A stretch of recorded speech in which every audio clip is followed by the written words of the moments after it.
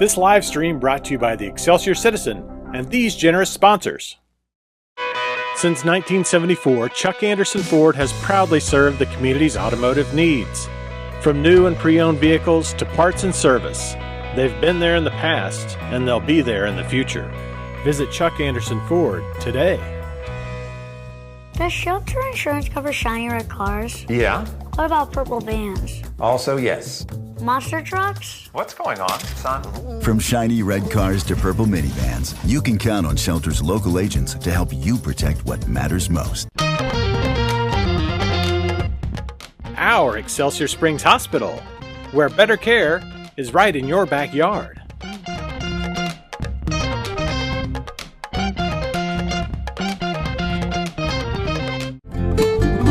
The Simmons Sales Team, your hometown realtors.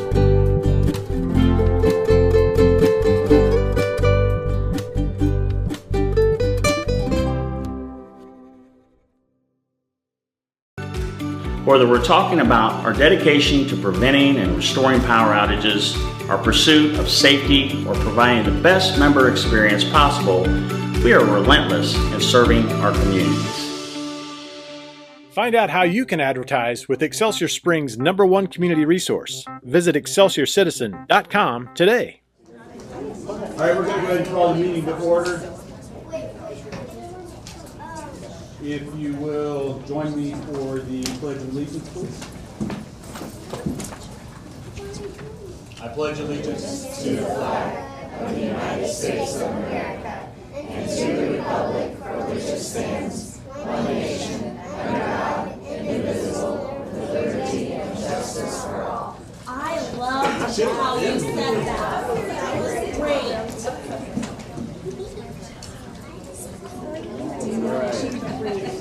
First up is the Early Childhood Centered Data Report. Dr. Andrews. First. Good evening. My name is Dr. Katie Andreessen. I am the principal of the Early Childhood Center, and although I will not be nearly as good as the second act, our first act tonight will be Miss Liv and her students that will come up and tell you about a project they've been working on almost the entire year. So I invite them forward.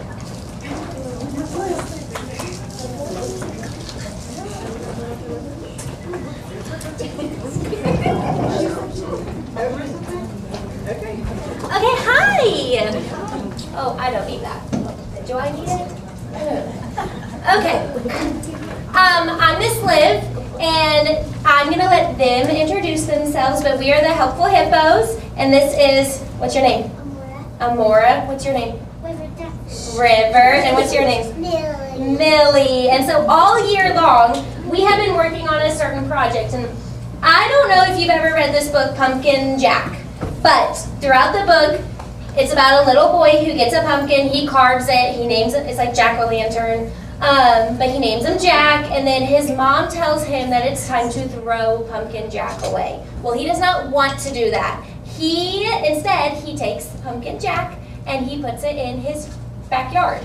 Well, it takes you through all of the seasons.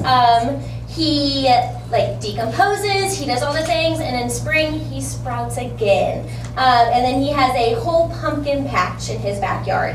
So this is very widely known at the ECC, this book, because a lot of us do it. But every year when pumpkins are coming out and apples and all the good things, we bring pumpkins into our classroom, the big ones, the small ones, all the sizes. We play with them, we open them up. We actually opened up a pumpkin and we made its guts into like oobleck, so very fun but very messy. And then we decided to do our very own pumpkin Jack. So we had to come up with what he was going to look like. So we did eyes, we did a nose, we did a mouth, and we did a name. Everyone got to vote. So for our eyes, they would just come up, they would make a little tally mark. For our nose, they made a little tally mark. For our mouth, and then for our name, they each got to put a name in our basket. And then I drew out 2 names, and then we voted on those names. So the names were Binks or Zach. And then, of course, Pumpkin Binks won, and so this was Pumpkin Binks. So this sat next to our pumpkin in our cheese ball container all year long. I do have some pictures that I printed out. Do you guys want to look at the pictures? Okay. Here's one picture. There's two pictures. There's three pictures. Okay. I'm going to go tell them to pass it down. Go give it to Mr. Gilkey and say, pass the pictures down. Okay, so I am passing around some pictures that we have been working super hard on. So first we needed to find dirt for Pumpkin Binks to go in our big cheese ball container. So we went outside, and you can see in the pictures that they were gathering dirt, they were doing all the things. I did not include a little picture, but a little kiddo had a worm in his hand, and I'm not a fan of bugs, so I just told him he can keep it. But once we got that done, we came in, and after we did all of our voting, we got to work. So in a big pan, they sat around the table with me, and I drilled holes into Pumpkin Binks. We cut out his little eyes and his nose and his mouth, and then it came time to put him in the cheese ball container. Well, he didn't fit. So we had to shave down his sides to fit in the pumpkin container, or in the cheese ball container, because I did not want to cut the container. Once the container were on, I gave them some tape. Well, actually, they ran over to the art center, got a bunch of tape, and we taped the lid really well because it can get really stinky. We watched him grow all this time, and we even have our journals, and we got to journal him. And so this one is actually Miss Millie's. And so throughout watching him, he sat in our classroom the entire time. We watched him decompose. They said he was melting. We watched him get snow on him, which is all the mold. We watched, he would get a bunch of water in there, and so we'd slush it around. Me and Miss Kylie would like pick it up and kind of like shake it, because we're like, we want him to grow. But it wasn't working. He was not growing. He was just a big sloppy wet mess. Do you guys remember what we did? Yeah. What did we do first? We put the pumpkin in. Yes. And we put soup on it, and we put the lid on it. Yes. We read another book about sprout, and it's about this about this little plant that is not thriving in its environment. And so he tried all these different homes, and then finally, like, his perfect home was really the home that he started at. So we got the idea of maybe we should take Pumpkin Binks outside for recess one day. So we loaded him up on the water bottle carts. We took him outside for the 30 minutes, and it did nothing. So then we tried a different thing the next day, and then it did not work. So then we decided that he just needed a new home, entirely needed a new home. So we decided that it was time for him to come out of our cheese ball container and put him in a pot with new dirt and everything. Give him a whole new makeover. When we opened up the cheese ball container, it was all moldy and stinky. It was stinky. We did it right outside the doors, so anybody that came into the school, I was very sorry for, because it was not good. And there's some, in the pictures, you can see that like I had clothespins because it was so bad. I debated on attaching the video because it was hilarious. They were all laughing, running away, leaving me in the dust to deal with Pumpkin Binks. But we got the dirt in the pot. We quickly, like very quickly, opened up Pumpkin Binks, dumped him in, and then like very quickly put new dirt on it. I was like, we cannot do this. It is so bad. And we left him outside to air dry out. It was, whew, wasn't it? It was stinky? Yeah. Very stinky. Then after that, we let him air dry, we brought him back into the classroom, and we've been journaling what he has looked like since then. Over spring break, do you remember what happened over spring break? He sprouted. He sprouted. So before we walked him down to the fishbowl right outside Miss Kim's desk, And we just let him have all the sunshine. I put some saran wrap on there with all the moisture. I'm really getting him to grow. Over spring break, I came in and there were little sprouts, and I about had a heart attack, and I was like, oh my goodness. So when we came back from spring break, I told them that we were gonna go check on pumpkin beans. I was like, I don't know if anything's happened. Let's journal what we think he's gonna look like, and this is my favorite part. So a bunch of them said, Millie, you said he was going to have flowers and grass and a little sprout. Were you right? Yeah. She was right. So she added all these different colors, but then when we looked at him, she was able to draw all the seeds. He had 4 seeds, and one was even falling over, and she drew it falling over. And then we had popsicle sticks in there, and she drew all of the popsicle sticks. Another one that is my favorite. So we really talked about if we were right or if we were wrong with our predictions. So this one was River. River, do you remember what you thought he was going to look like? Yeah, a tree. He thought Pumpkin Binks was going to be a tree. River, were you right? Yeah. You were? He was what was he? He was a sprout. So River, at the time, he was able to tell me that he was not right, but he did draw me my sprouts. And then, Amora, do you remember what you thought Pumpkin Binks was going to be? A pumpkin. Are you sure? What colors did you think he was going to be? What color did you think he was going to be? Miss Amora thought he was going to look like a pumpkin with a face with a whole bunch of colors. And then, after looking at him, she was able to draw the pot, the dirt, and the one little sprout. So, we did have one friend that knew exactly what he was going to look like, and that was Miss Madison, who is back there in the pink. She thought he was going to look like a sprout. She drew exactly a sprout, and she was right. She drew 4 sprouts and 4 popsicle sticks. Weren't you? You were right. Yep. So we keep Pumpkin Binks in our classroom. They have a little water bottle. They get to water him every single day. They are not allowed to fill up the water bottle, or else Pumpkin Binks would be drowning. But that is a teacher touch, and we started out with 4 sprouts, and 1 died because I pulled it out so we could see the roots. It did not like that. But we have another sprouts coming up, so they're actually able to see like the very first time it comes up out of the dirt.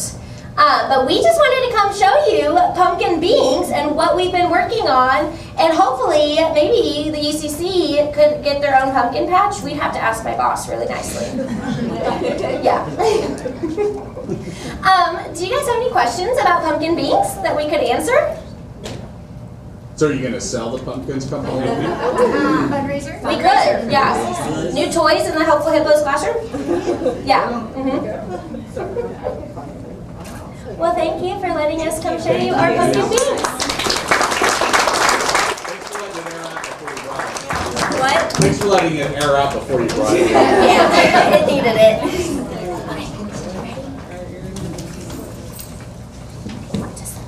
Again, I'm sorry that I have to follow all that cuteness, but hopefully I'll provide you guys with some good information.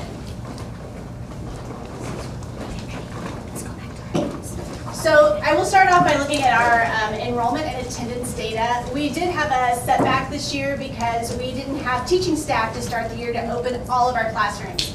So we started with our enrollment lower than we typically had. We really had a great increase over the past years. But we were very fortunate that we had a student teacher in Kennedy Lynn's room in the fall, and we were able to hire Ms. Grace Simpkins to open up that classroom that we weren't able to open after winter break. So although that classroom hasn't gotten super full, we were able to go back to our wait list and bring kids off that wait list into that class, as well as bring in other kids. Also, our average daily attendance, we've had pretty good average daily attendance. So we just keep rolling with that and doing the best we can to make sure kids get at school. Preschoolers get sick a lot, and that makes it pretty tricky. I'm going to move on to the rest of our data, but I want to tell you before you see it, in the past when I presented to you, I have given you only our kids going to kindergarten. And by doing that, I've done a disservice to my staff. So tonight, you are going to get to see the whole building's data. And what I want to tell you, because it's very impressive if you know this information, is that 30% of the students at the ECC have an IEP. That is a very large amount of students. We serve every kid in the Excelsior Springs School District. They all come, no matter if they have a disability or any other thing, we have every kid there. And this year we have 30% with an IEP. We also work with Missouri First Steps and bringing kids to our preschool when they turn 3 years old. So we brought in 5 kids, at least this year, that started on their 3rd birthday. So that's younger than most of the kids in our building. So as we look at our language and literacy development, you'll see that the blue line is our fall data. That's how kids came into the building. And if you look at the green line, that is our winter data. So we do 3 trimesters of data. We'll do another trimester that will end at the end of the month.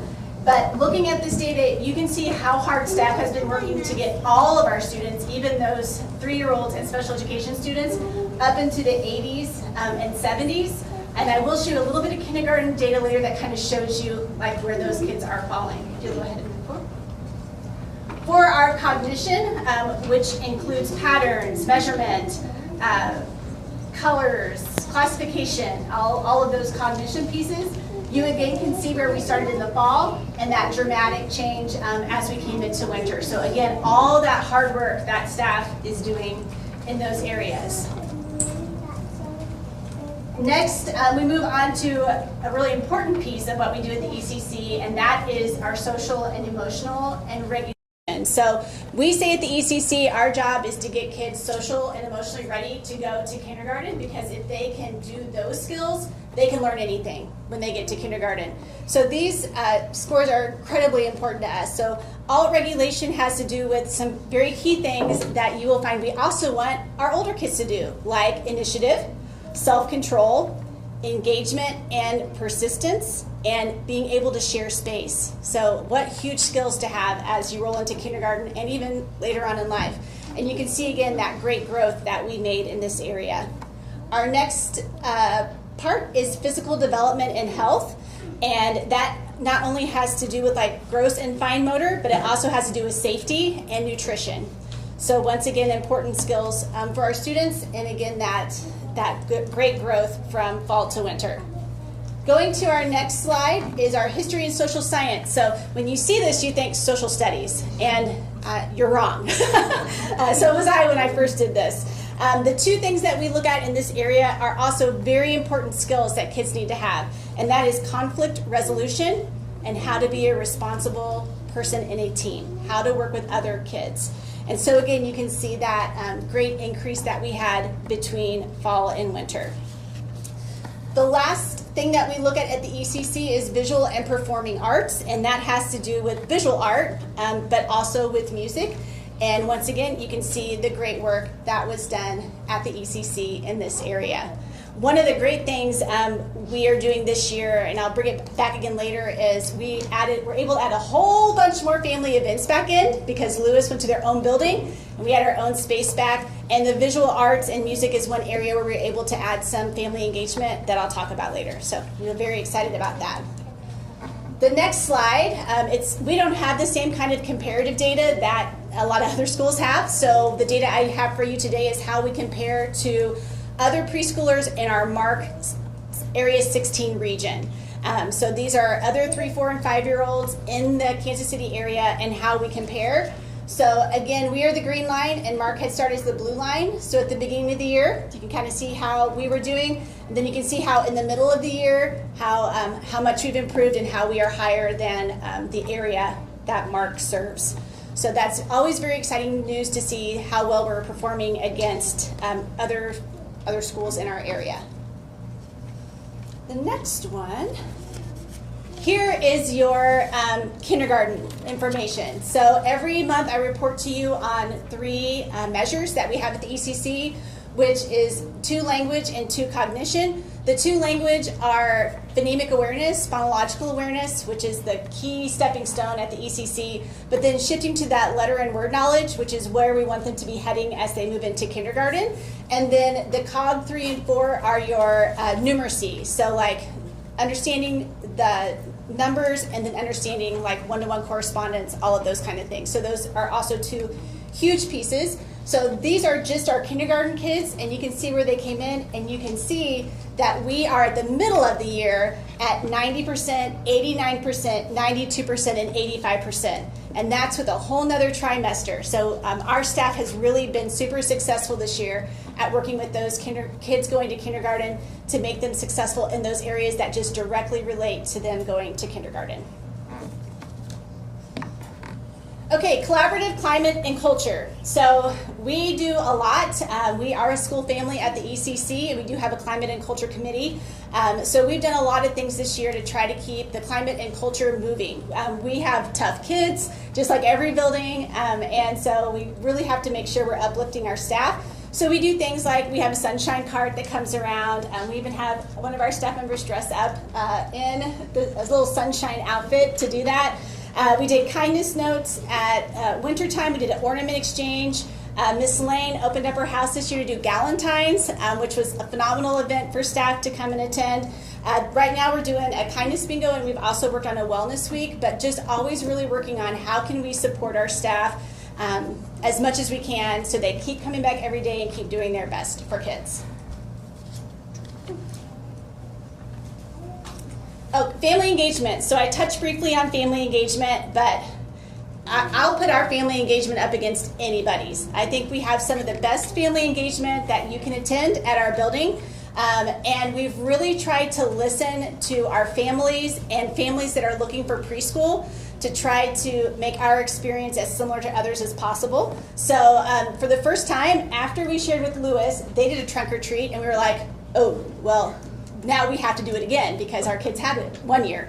So we did a literacy trunk or treat this year, which was actually inside, but it was a really phenomenal event. We've had 4 conscious discipline family nights. All families are invited to learn those practices. That's led by Miss Lane. We had our yearly Ooey Gooey event, which was absolutely phenomenal. Our building was so full, and people didn't leave. Like, they came and then they stayed and they played and they went back and they played and they were yucky and gooey and all the fun things. This year we added 2 events to kind of meet the needs of some things that preschool families want. So a lot of times when people are looking for preschool, they want to go to a preschool where there's a music concert. Well, music concerts don't really fit our philosophy. We're a play-based learning space, and so we thought, how can we take what we believe and offer an opportunity to our families that would kind of go along with that? So we did a Music and Move With Me event this year, and we invited families to come in for our music and movement time. So we had families sitting on the floor. They had their rhythm sticks. They were doing all the rhythms with the kids, teachers, and students leading, and had a phenomenal event that we had lots of parents attend during the day. And we're going to have a Play-Doh with Pals event coming up very soon, where again families can come in, and we're going to do all kinds of things with Play-Doh and play with Play-Doh and send some kids home with Play-Doh. We also do a very important thing at the ECC, and I thank the school board for always supporting this, and we do home visits at the beginning of the year. That's one of the most valuable family events that we do, and if you ask my staff, I think that they would agree with you. That first touch point is key to the work that we do with our families. And then we do 3 parent-teacher conferences, which again, we thank you for supporting that. Head Start has that expectation, but it absolutely makes a difference for us to have those 3 parent-teacher conferences. One of the reasons why it's really key in the spring is because we have a lot of families who become very nervous about their kids going to kindergarten, and it gives us one last chance to talk with them about what we think that transition will look like, get them ready to help their kids over the summer, and then transition into kindergarten. An event that we still have this year, you're all more than welcome to attend, is Popsicles on the Playground. And there we just invite families to come in with their students on our playground and eat popsicles and have fun. Last year, Dr. Bullimore and Dr. Everett both came and helped us out with the popsicles, so it's always a very great time. The last slide is just upcoming things at the ECC, but This is going to be the last opportunity I get to share this information, so get ready to go on a ride here. So, this is my 9th year. How far has the ECC come? It's glasses time. So, we started in this building. Actually, half of this room was a classroom at one point. So we started at the beginning of my career here with 5 classrooms and 8 sessions. We now have 8 classrooms and 13 sessions. We went from 82 students enrolled, and the highest number we've had is 175 students. We shared a principal, so I was at Lewis and here for 2 years, worked with Jill, and then came over as full-time principal for the last 7 years. So that was a huge change. When I started here, we had no set curriculum, we had no behavior framework, and we adopted Project Construct, which is a play-based framework, and we do positive behavior supports, and we integrate conscious discipline into that. We had very limited teacher support, just basic run-of-the-mill teacher support when I started, and now not only do we have educational coaches for every teacher in the building, but we also have conscious discipline coach to support every teacher in the building. We went from having no full-time custodian or nurse or any of those things, now we're very fortunate to have those things as well. And moving into next year, we've had to share our process coordinator with Lewis Elementary, but next year the Early Childhood Center will have its own process coordinator, which will have a huge impact on our staff and our students. Additionally, I've stood up here already this year and told you that Kennedy Lynn was chosen by her college as like a shining star in education. So that had been presented. Allie Stock and Nikki Allen had their presentation that they did on bugs and insects that was presented at NACE, which is the National Conference for Early Childhood. Also in the fall, Ms. Lane will get to come up here and receive the PBIS Bronze recognition. So we'll be awarded that recognition and also receive the quality designation through our MOQPK grant. That grant identifies success in improved systems, staff qualification, classroom ratios, curriculum, and screenings. So this building has never attained recognitions before. We've always been wonderful. So in the fall, we will actually have recognition for our curricular work and our behavior framework work that will be presented to staff. So it's very exciting. Also, I just want to make sure, and I promise I'm almost done, that you know the following. You have the best early childhood program in this area. And I'm pretty partial, but I'm going to tell you why you do. So, you have a free preschool. I don't think you're going to find one of those around here. That's free for all students in your district. That also provides free transportation for all students. That's a game changer. We also have blended classrooms. And what I mean by that is that our kids are blended all together. We don't have pull-out rooms that are just for special education kids. Our kids are all together in classrooms, growing together, learning from each other, which does not happen a lot of places. We have dual certified teachers. They're certified in elementary and special education, and most of them have additional certification beyond that. You will not find that everywhere. We also have very strong mental health supports at the ECC. So we have someone 5 days a week who helps support our Tier 1 and our Tier 2 and Tier 3 positive behavior supports and conscious discipline that's built within our framework. And we also have play therapy in our building to provide for students. We also have probably one of the best Head Start programs in this area. The staff in our Head Start classrooms is phenomenal. We had 2 federal reviews this year, and the feedback for our school was top notch. We got some very great feedback. Kennedy Lynn's class was chosen for 1, and I think she did so well that they recommended she have to do the other one too. So she got federal review twice. So I couldn't be any prouder of the early childhood program that we built together, and I'm very excited for what lays ahead for them. Ms. Lane will take the helm next year, and there's not probably anybody who could be as passionate about this early childhood center as I have been, but she's probably pretty close. So I think you'll be in good hands. So for all the support you guys have provided me and the early childhood program in the last 9 years, I thank you, because you have made a very significant difference in the outstanding program that we have to offer our preschoolers in this district. Questions?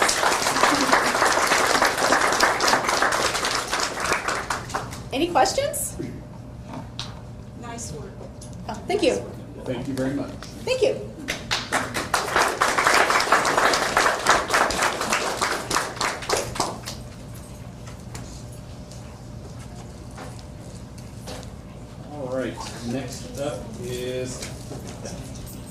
adoption of the consent agenda.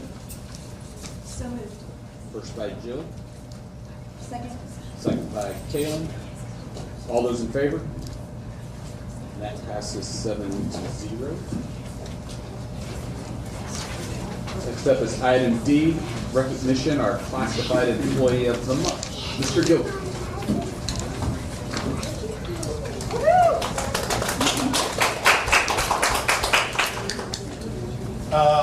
Along with the ECC and students coming tonight, we have our classified employee of the month, also from the ECC, Ms. Krista Hahn.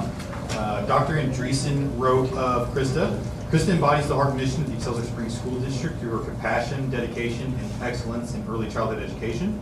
She consistently goes above and beyond to ensure that every child and family she serves feels valued, supported, and empowered. She brings a calm, nurturing presence to her classroom. She creates an environment where children are excited to learn, take risks, and grow socially and emotionally. Her creativity shines in the way she sparks curiosity and joy, all while meeting each child's unique needs. Beyond the classroom, Kristen is a true team player. She supports her colleagues with encouragement and through collaboration. Her professionalism, reliability, and positive attitude make her a great teammate.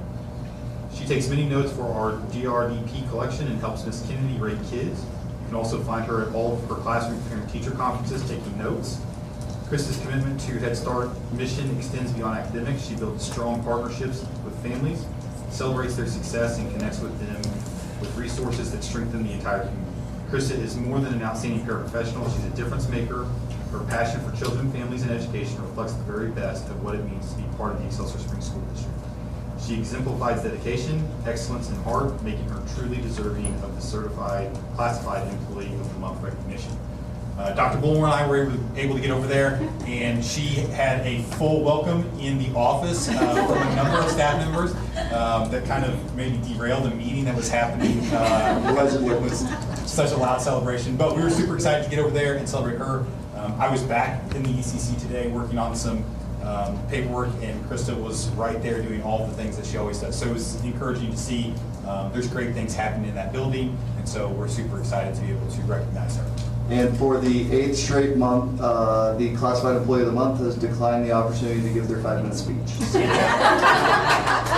offer every time. We always offer. And this time we did not walk in with a folder as HR superintendent, so it wasn't quite as scary. Yeah. Yeah. It was still scary, but we're so proud of her.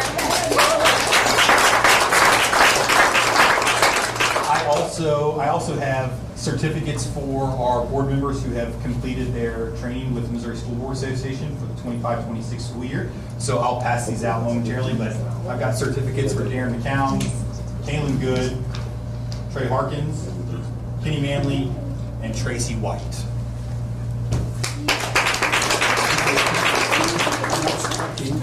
It's okay, We can't all do it on the first one.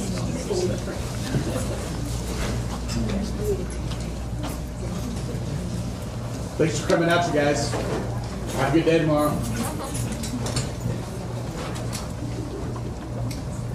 All right. Next up is item E, MSBA delegate report. Mr. McCown. We got a phone video.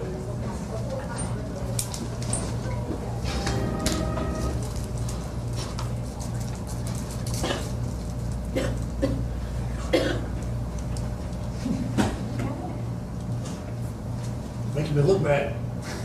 Come on, Darren, get the video. Oh my God. Welcome to. The first one right there, Yeah, that top April, that top one. Down, yeah, right there. Welcome to the April edition of the Missouri School Boards Association's Board Report. As school districts navigate budget season, there are a lot of variables that are uncertain at the moment. MSBA's Senior Director of School Finance, Linda Quinley, says that as boards begin work sessions and discussions, they should have this approach. One of the most important things we can be doing right now is thinking long-term financially. I believe with my whole heart that we're headed into the 3 toughest financial years we've seen in a very long time in Missouri related to funding. It's going to be about revenue challenges. So we really encourage you to be looking long-term during the budget process, 3, 4, and 5 years out, so that you can make sure that your district is stable financially and safe and secure for as long as possible.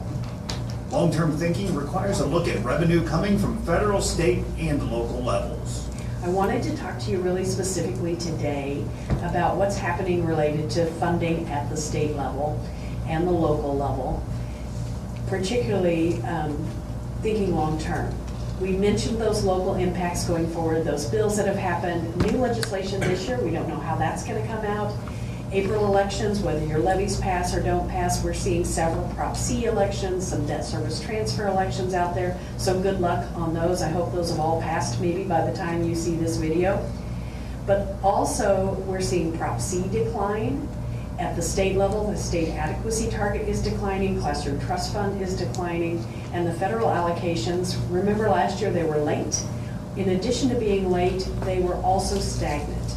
And what that means for us is if you've been paying 10 teachers on title in recent years, and you don't get an increase in that title funding, then the cost of their step on the salary schedule, the cost of their improvement for insurance, title's not covering it any longer because it's the same money you had last year, but the teacher costs more than they did before. So those dollars now have to be picked up locally. But let's take a peek at the state, because that's where the real challenge is right now. I've given you some history there on the 3 primary categories. I won't read those numbers to you across the top, but look forward down to the 25-26. Originally, for the state adequacy target this year, which is abbreviated there as SAT, again, we love our acronyms, the budget this year that the state produced said we were going to get $7,145 was going to be the state adequacy target per WADA. Now, they're saying that's only going to be $69.64. So we are almost $200 short this year, about $180 short this year of what they told us last spring when budgets were established. Already, we have heard from DESE to expect that $69.64 to drop to $67.42 next year. That's another $220. So we are consistently seeing that number decline.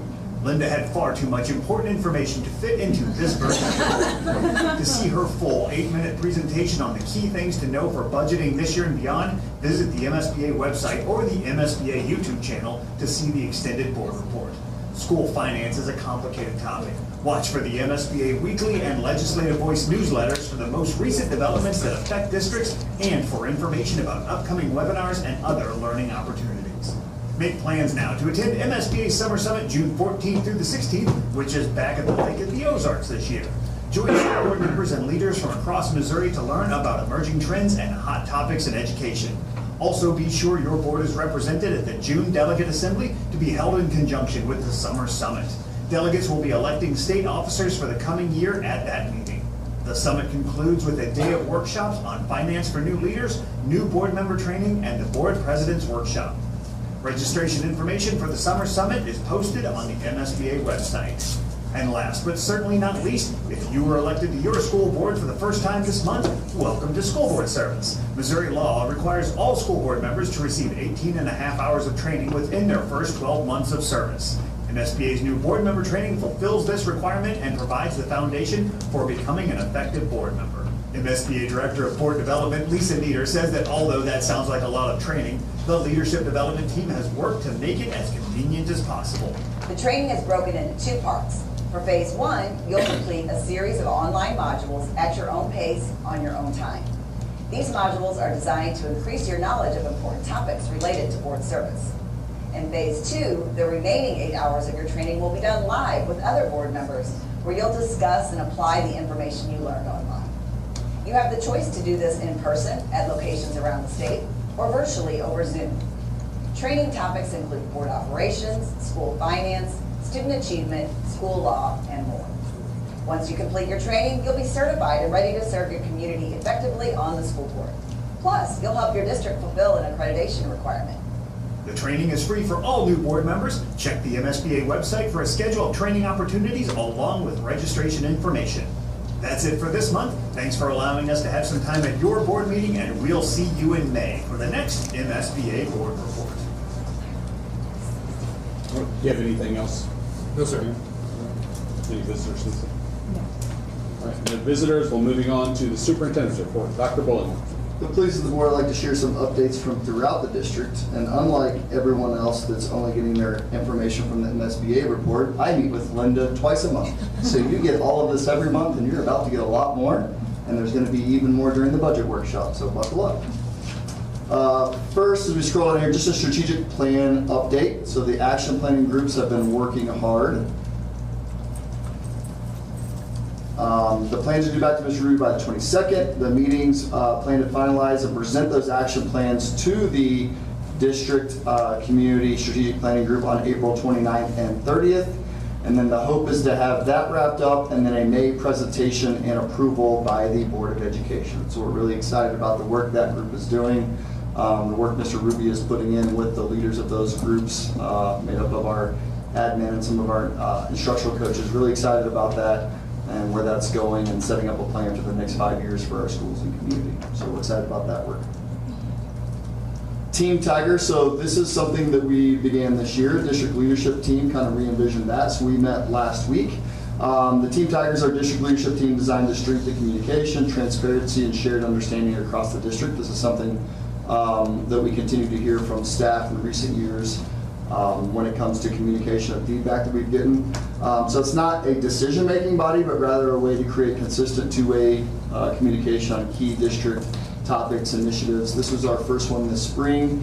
Covered a variety of topics, mostly a district snapshot. So we looked at the state of the state, some of the things that you heard financially and what we're facing, legislative things that may be coming down the road. Talked about how that impacts us as a district, how we're trying to be proactive and strategically stay ahead of that. Where we've been trying to plan for this over the last 11 or 12 months, some districts are just now hearing about it and how those different approaches can impact our staff. And really just trying to empower them to be the liaisons that help communicate things from the board level, from the district level to the staff level. If they have questions, we can work together on those. And then meeting quarterly in the future to cover all kinds of different topics from, you know, whether it's the APR task force, whether it's student services, whether it's operations, just giving them an opportunity for us to share what's going on at state of the district, and for them to bring insight from the building so we can work collaboratively as a group and leading the district. So we're really excited about this and where it's going. So March operational revenue versus expenses update. As you can see, compared to last month, Clay County is beginning to catch up on our tax payments, where you can see the revenue catching up. I think last month we were still about $2.3 million behind on expected revenue, but they are still retaining revenue that they have not released yet. So while they are earning interest on that, we are not. So Dr. Tucker and I from Liberty were meeting last week. We reached out to Clay County, haven't heard back from them. A lot of that stems from we're rolling about 45 days behind or more when it comes to them calculating by hand the impact of the senior citizen tax credit. And so we're seeing those things. You saw they extended the deadline to January 30th for people to be able to pay their taxes. And so that caused about a 45-day to now 60-day delay in receiving some of those things. So it's now starting to trickle in, but they are still holding some of those funds. Also, as you can see, expenses are considerably up there. And a lot of that's due to the $640,000 additional spent on the insurance assessment. As we look at the fiscal landscape, again, this is something we've been talking about since January, just trying to stay ahead of the curve. Again, this helps with my relationship with Linda and just the amount of times we meet. Lisa has to pop her head in and make sure I'm getting some food and water every once in a while, the amount of time we spend together either in person or on a Zoom. But these are some things that are directly impacting us at the state level. And some of those numbers that she shared with you, I'm going to share how that impacts us directly as a district. So she talked about transportation. I'm not sure if she talked about transportation or not, but it will come up. So reimbursement, we're being told right now this year we're only been receiving about 95% of 100% reimbursement for us. What we're being told to project and conservatively estimate for next year is 75% of what a full reimbursement could be. For our district, that's about $375,000 less in revenue. We look at SAT. So that's the funding per student. Again, down from 71.45 at the beginning of the year, so now we're tracking to probably be 69.50 is what she said. Next year we're being told to budget 67.42, I think is what she said up there for our district. The impact just from what we're going to get at the end of this year to next year is about $500,000 less dollars in revenue. Prop C reduction, which she talked about, impact of reduced taxes from gambling, cigarette, etc. That's about $116,000 less revenue our district will receive from Prop C. If you kind of think about that, with the new online gambling, less people are going to casinos, less people are buying cigarettes right now. So a lot of that money, that's where that comes from, and that's how it's going to impact us when they're telling us to budget for these specific numbers. Classroom Trust Fund, otherwise known as CTF, we all love our acronyms, as Linda likes to say. We're expected to receive about $70,000 less in revenue next year as a district. Senate Bill 190, which is a senior citizen tax credit this year, that impacted us about $130,000 with the addition of that to the debt service, which was added in the middle of the year. The total impact will be about $250,000 next year, which is about $125,000 additional less than the impact was this year. So the total reduced revenue there, you're looking at about 1.2 million actual dollars to our district that we will have less revenue next year than this year, trying to do business the exact same way. So our team's been very proactive. We've done some working on this. So, during the budget workshop, we'll cover, what we're doing and how we're addressing that. We have some good plans and some other plans that are run by the board. Also, just as we look at it, as we plan, we've talked about our number one priority for staff being that staff step. So that runs our district about $225,000 to about $250,000. So that's the first thing that we budget in there. And then our interest and principal payments on our house payment, so think Cornerstone and Lewis, are set to increase about $140,000 next year. So those are both things that we know are set parameters for us, but also those things that she discussed that right now, to be quite honest with you, as I sit and meet with other superintendents, some of them are just now starting to plan for those, where we've been trying to act proactively as a district and as a board to address those things and trying to address those as we go, which are some of those hard decisions we've been making. But we'll have a good presentation for you and a good plan for how we're addressing some of those things both now and moving forward at our budget workshop. So that's an update on the financial landscape. Budget planning timeline, again, this is something we've been sharing. So April board work session, review FY27 draft and assumptions, get feedback, we'll go through that. I'm excited to present that to the board. That's something our district hasn't done before. I think it'll be a good process for us so you can kind of see behind the scenes what we're doing, what we've been working on for the last 9 months, plans to show, we're trying to close FY26 strong, make decisions when we can instead of when we have to, and build a responsible FY27 budget. I think the big message here that we tried to share, that Mr. Gilkey and I tried to share with Team Tiger last week is we are, as Linda said, we are entering a very volatile and unstable environment when it comes to fiscal support of our schools from both the state and local level. What we are trying to do as a team and as a board is create a stable budget within a volatile environment. So as we're proactive in trying to create that stable budget, hopefully moving forward, that allows us to be more aggressive with things when we're stable, when other districts are still trying to react and be reactive to some of those things. So that has been our plan along the way as we're trying to be reactive, and why I spend so much time planning with Linda and then trickling that stuff down to our team so they can do the hard work. So excited about the work we've done and for that budget workshop to share that stuff with you guys. Also wanted to share a letter of appreciation from the city, from our new city manager, Melinda Mahaffey. So I'm not sure if you're aware or not, the last 3 or 4 months they've been using our boardroom, and they're very jealous of what they have, what we have, but they were very appreciative of being able to do that and recognizing how valuable our partnership is, and look forward to building a stronger partnership with our school and district partners. So I wanted to share that with you guys, and thanks that they sent over to the board. So thank you guys for sharing our facilities. Again, another way that the city and school are always trying to work together and help each other when we can. MEC conference update. So as you know, we'll be joining the MEC conference next year. So that is being expanded. So it's not something that we necessarily had a vote on this year, as we're not technically in the conference. It was something that I was very involved in through the conversations and supportive of where we landed. So they're looking at adding 4 schools, which will split us into 2 divisions. So those 4 schools are Marshall, Moberly, Mexico, and Kirksville. The good news is, as we split to those divisions, those schools will all be in the other division. We actually lose Chillicothe from the West Division for now. Likely, many of our activities will still participate against Chillicothe. It will just be in a non-conference because it is a school district that I like to say it looks like us. So it's a community about our size, about the same socioeconomics, someone we can be competitive with. So even though it won't technically be a conference game, it's likely someone like we are now that we will still compete with because it's good for our students and it's good for the opportunities.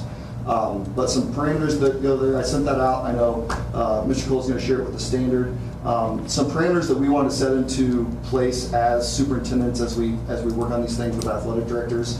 Obviously, we're all entering the same fiscal landscape as a state, so we want to make sure that we're limiting cross-country or cross-conference travel on weeknights when possible. Preserve key rivalry games to the extent we can. Some of those schools in that East Division had some key rivalry games. They wanted to be able to make sure they could still play on the West Division if they wanted to or needed to. Non-mandated but allowable East-West Division conference cross games.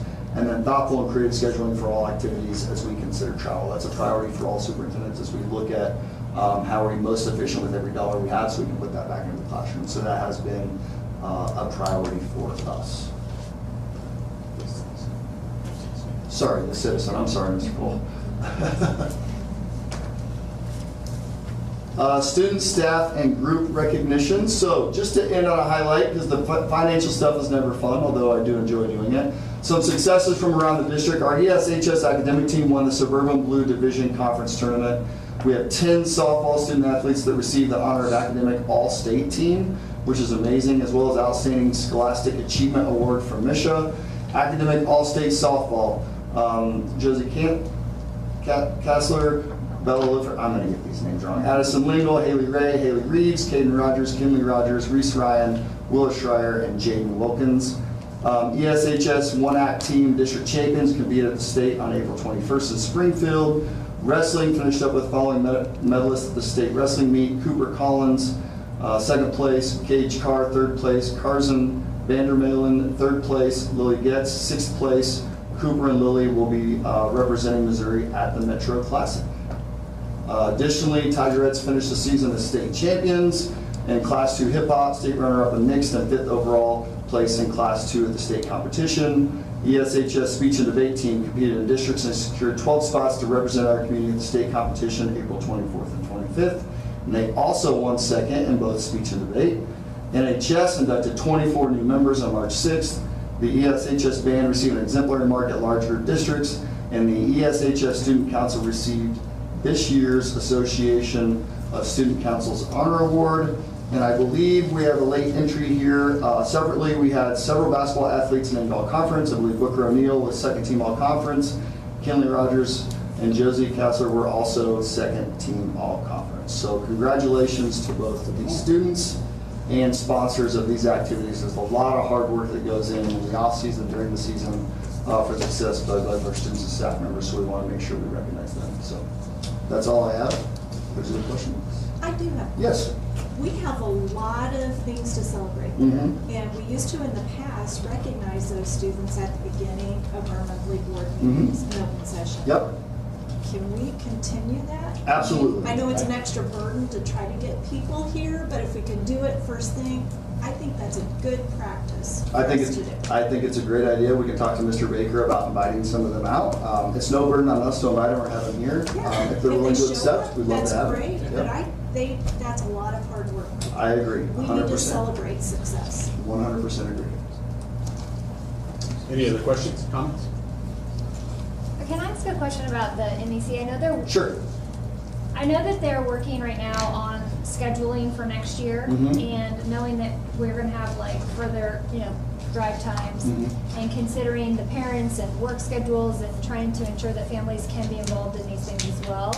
I know today we have some 4 p.m. start times for some of the sports. Do you think that that's going to continue to be a practice? I only ask because we also preach that every minute in the classroom matters, so I wanted to see where we're at on that. I'm not sure if there's any, I remember they talked about it when we were joining the MEC. I don't remember when they presented if the new conference uses 4 p.m. I know that was a suburban thing, and I'm not sure that there's other conferences that do that. Specifically, I know I think baseball and softball do the 4 p.m. because there's fields without lights, and so they try and sneak those in, and I think middle school as well. I don't remember if they have that or not, but I can talk to Mr. Baker and see if we have any update on that. Maybe you can provide an update either next month or over the summer, just as we prepare for that and see where we're at scheduling. Yeah, good question. Any other questions or comments? Quickly and less fun to talk about, but all the financial stuff. Every month I look at the red bar and I'm looking for the revenue bar to get higher this year to last year. I know we're projecting that it would. Do you think? I know that it's the timing of county revenue you mentioned. I mean, you think in May we'll see this? Honestly, I don't know. Like I said, we reached out to Clay County, and we don't know when some of those funds are going to be released. We're also sitting on, I believe we're still waiting on maybe 200-ish thousand from federal funds that they promise, and then they don't deliver, and then they say you can have some more, and then you may get it or may not. So that's, as you see those things around federal funds and whether they're releasing those or not, that's about a $200,000 hit to us. Also, when you look at revenue, you're looking at projected revenue was supposed to be at 7145, which is a big increase for SAT. And then we've only been receiving 6,900, and they tell us that that might get to 6,950 or not. So all of those things would be great if they were the new revenue that was coming in. We just haven't been seeing the numbers that they told us that we would get and told us to budget for. Thank you. And separately, with our transportation spend, and it's kind of scary to look at diesel prices right now, I guess. Like, is our contract or relationship with our transportation provider, are we subject to increases in fuel? When fuel goes up, do our costs increase, or are those fixed and already negotiated? So we have a budget for transportation and fuel. Scott, do you know exactly how fuel is built into the transportation budget? Have you looked at it maybe more recently than I have? Yeah, so our fuel cost is not worked into the contract, so we would eat the increased costs. That was one of the things that, as we were projecting next year's budget, in the day after conflict started in Iran, I went to Dr. Wilmore and said, hey, just letting you know, I'm updating our fuel budget proposal for next year. So we've worked through that, but yes, like that is cost that the district will eat in fuel. What I would like to express, just to follow back up on the budget stuff, is a lot of this is scary stuff that's out of our control. And as you guys know, having sat here a year ago, they tell us to set a budget in June with those numbers, and then they can deliver on that or not deliver on that. They can fully fund that or not fully fund that. What I can tell you, that's why we've been talking about this every month as a board report, is that we're not unprepared for this, and we've been preparing to make decisions that we have to do to try and balance this as closely as we can as we move forward, which is why I'm excited to have the workshop. I greatly enjoy doing this. Some people don't, but the finance part of it, I enjoy digging into and trying to find creative solutions for that. So that'll be something that we have some ideas and some decisions the board can make as we go through the workshop and over the next 6 to 12 months, where we're looking at things and how to most efficiently keep as many dollars in our classroom as possible, both for our students and our staff. And again, trying to create that stable budget now, so that way we can be more aggressive as other districts are responding to this when we were trying to be proactive. So, and I think you'll see that during our board workshop. We still purchase fuel from the city, right? Or do we not? Yeah. So yes, we go through the city station there. So I think there's a discount there because they buy it in gross and they buy it ahead of time. So it's not like you're driving to the pump a quick trip to pay that same price. That being said, it's going to go up. So exactly. Yeah. But you're not paying all. I think you don't have the tax piece on it. There's a little bit of a discount. Yeah. You try to discount your trip shopping. See if your market get us a heavy discount. All right. Here, any further questions for Dr. Bullenberg or comments? All right. Hearing none, we'll move into discussion items. And first up is approval of the 26-27 health insurance. Mr. Gilkey and Mr. Griffin.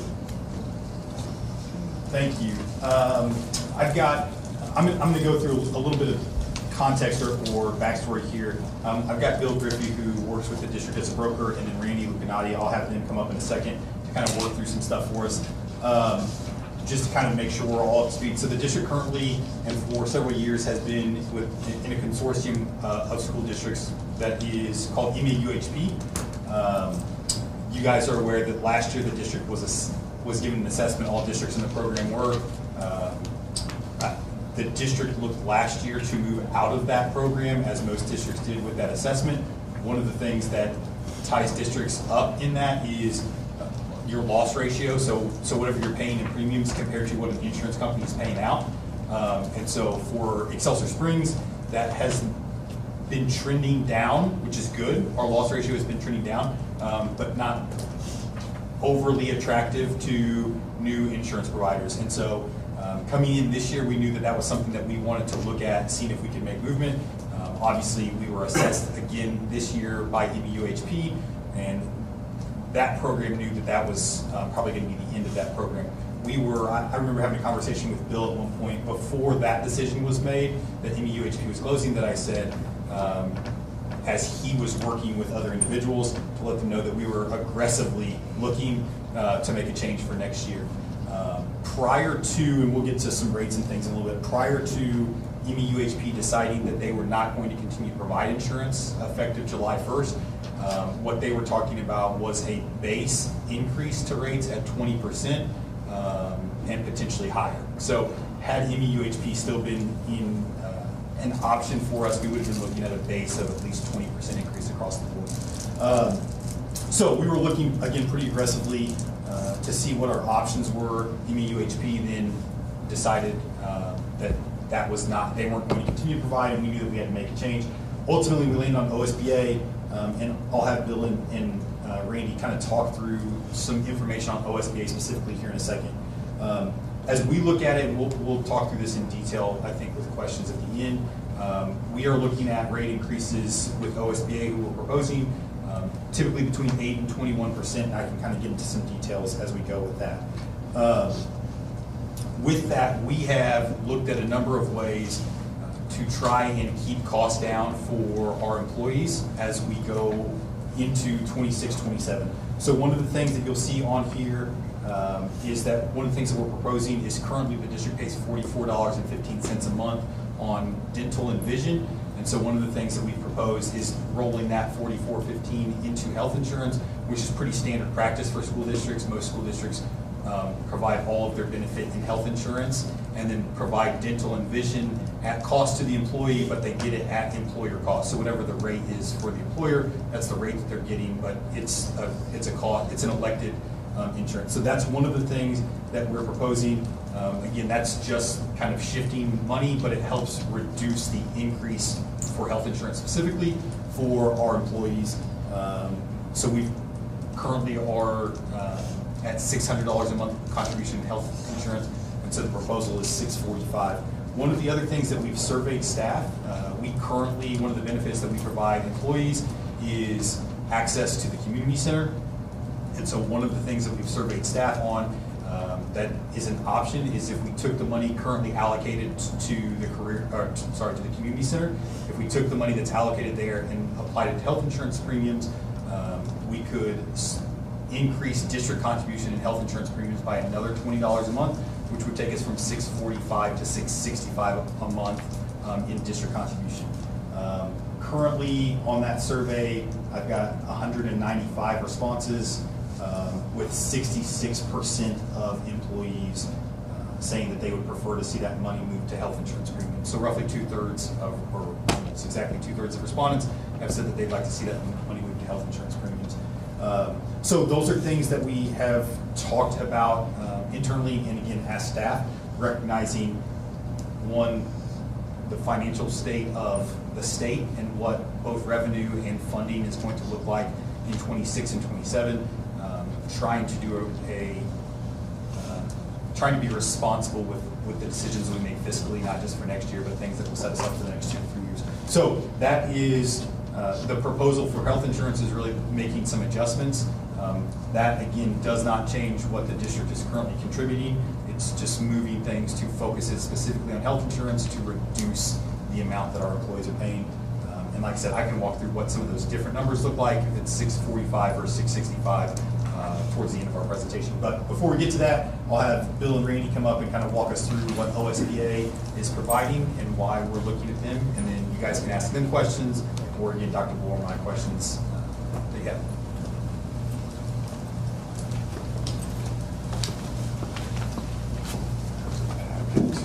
I'll I'll pass some packets out that have some of the information in it.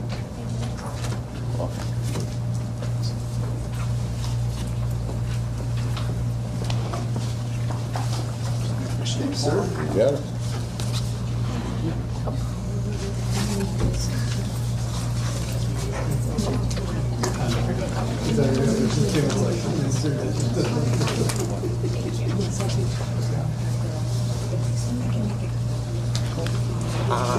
I'm in video. Okay.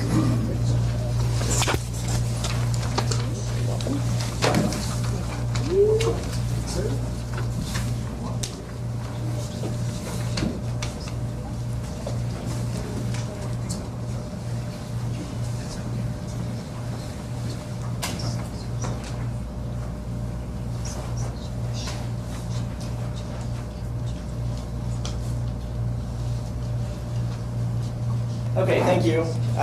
My name is Bill Griffey with Griffey Insurance. I am your benefits consultant and have been for several years. As Mr. Gilkey says, you all are aware that the MEUH pool that you have been with for not the last 9 years is discontinuing operations effective July 1st. Dr. Bullmore, Mr. Gilkey, and I have done a lot of work and research with other organizations. I contacted 10 insurance companies, organizations, pools, whatever you call them, to market your information. I sent 7 RFPs out. I didn't get contacted by 3 of them. I received 3 proposals out of 10. I am really happy to bring OSBA to you this evening.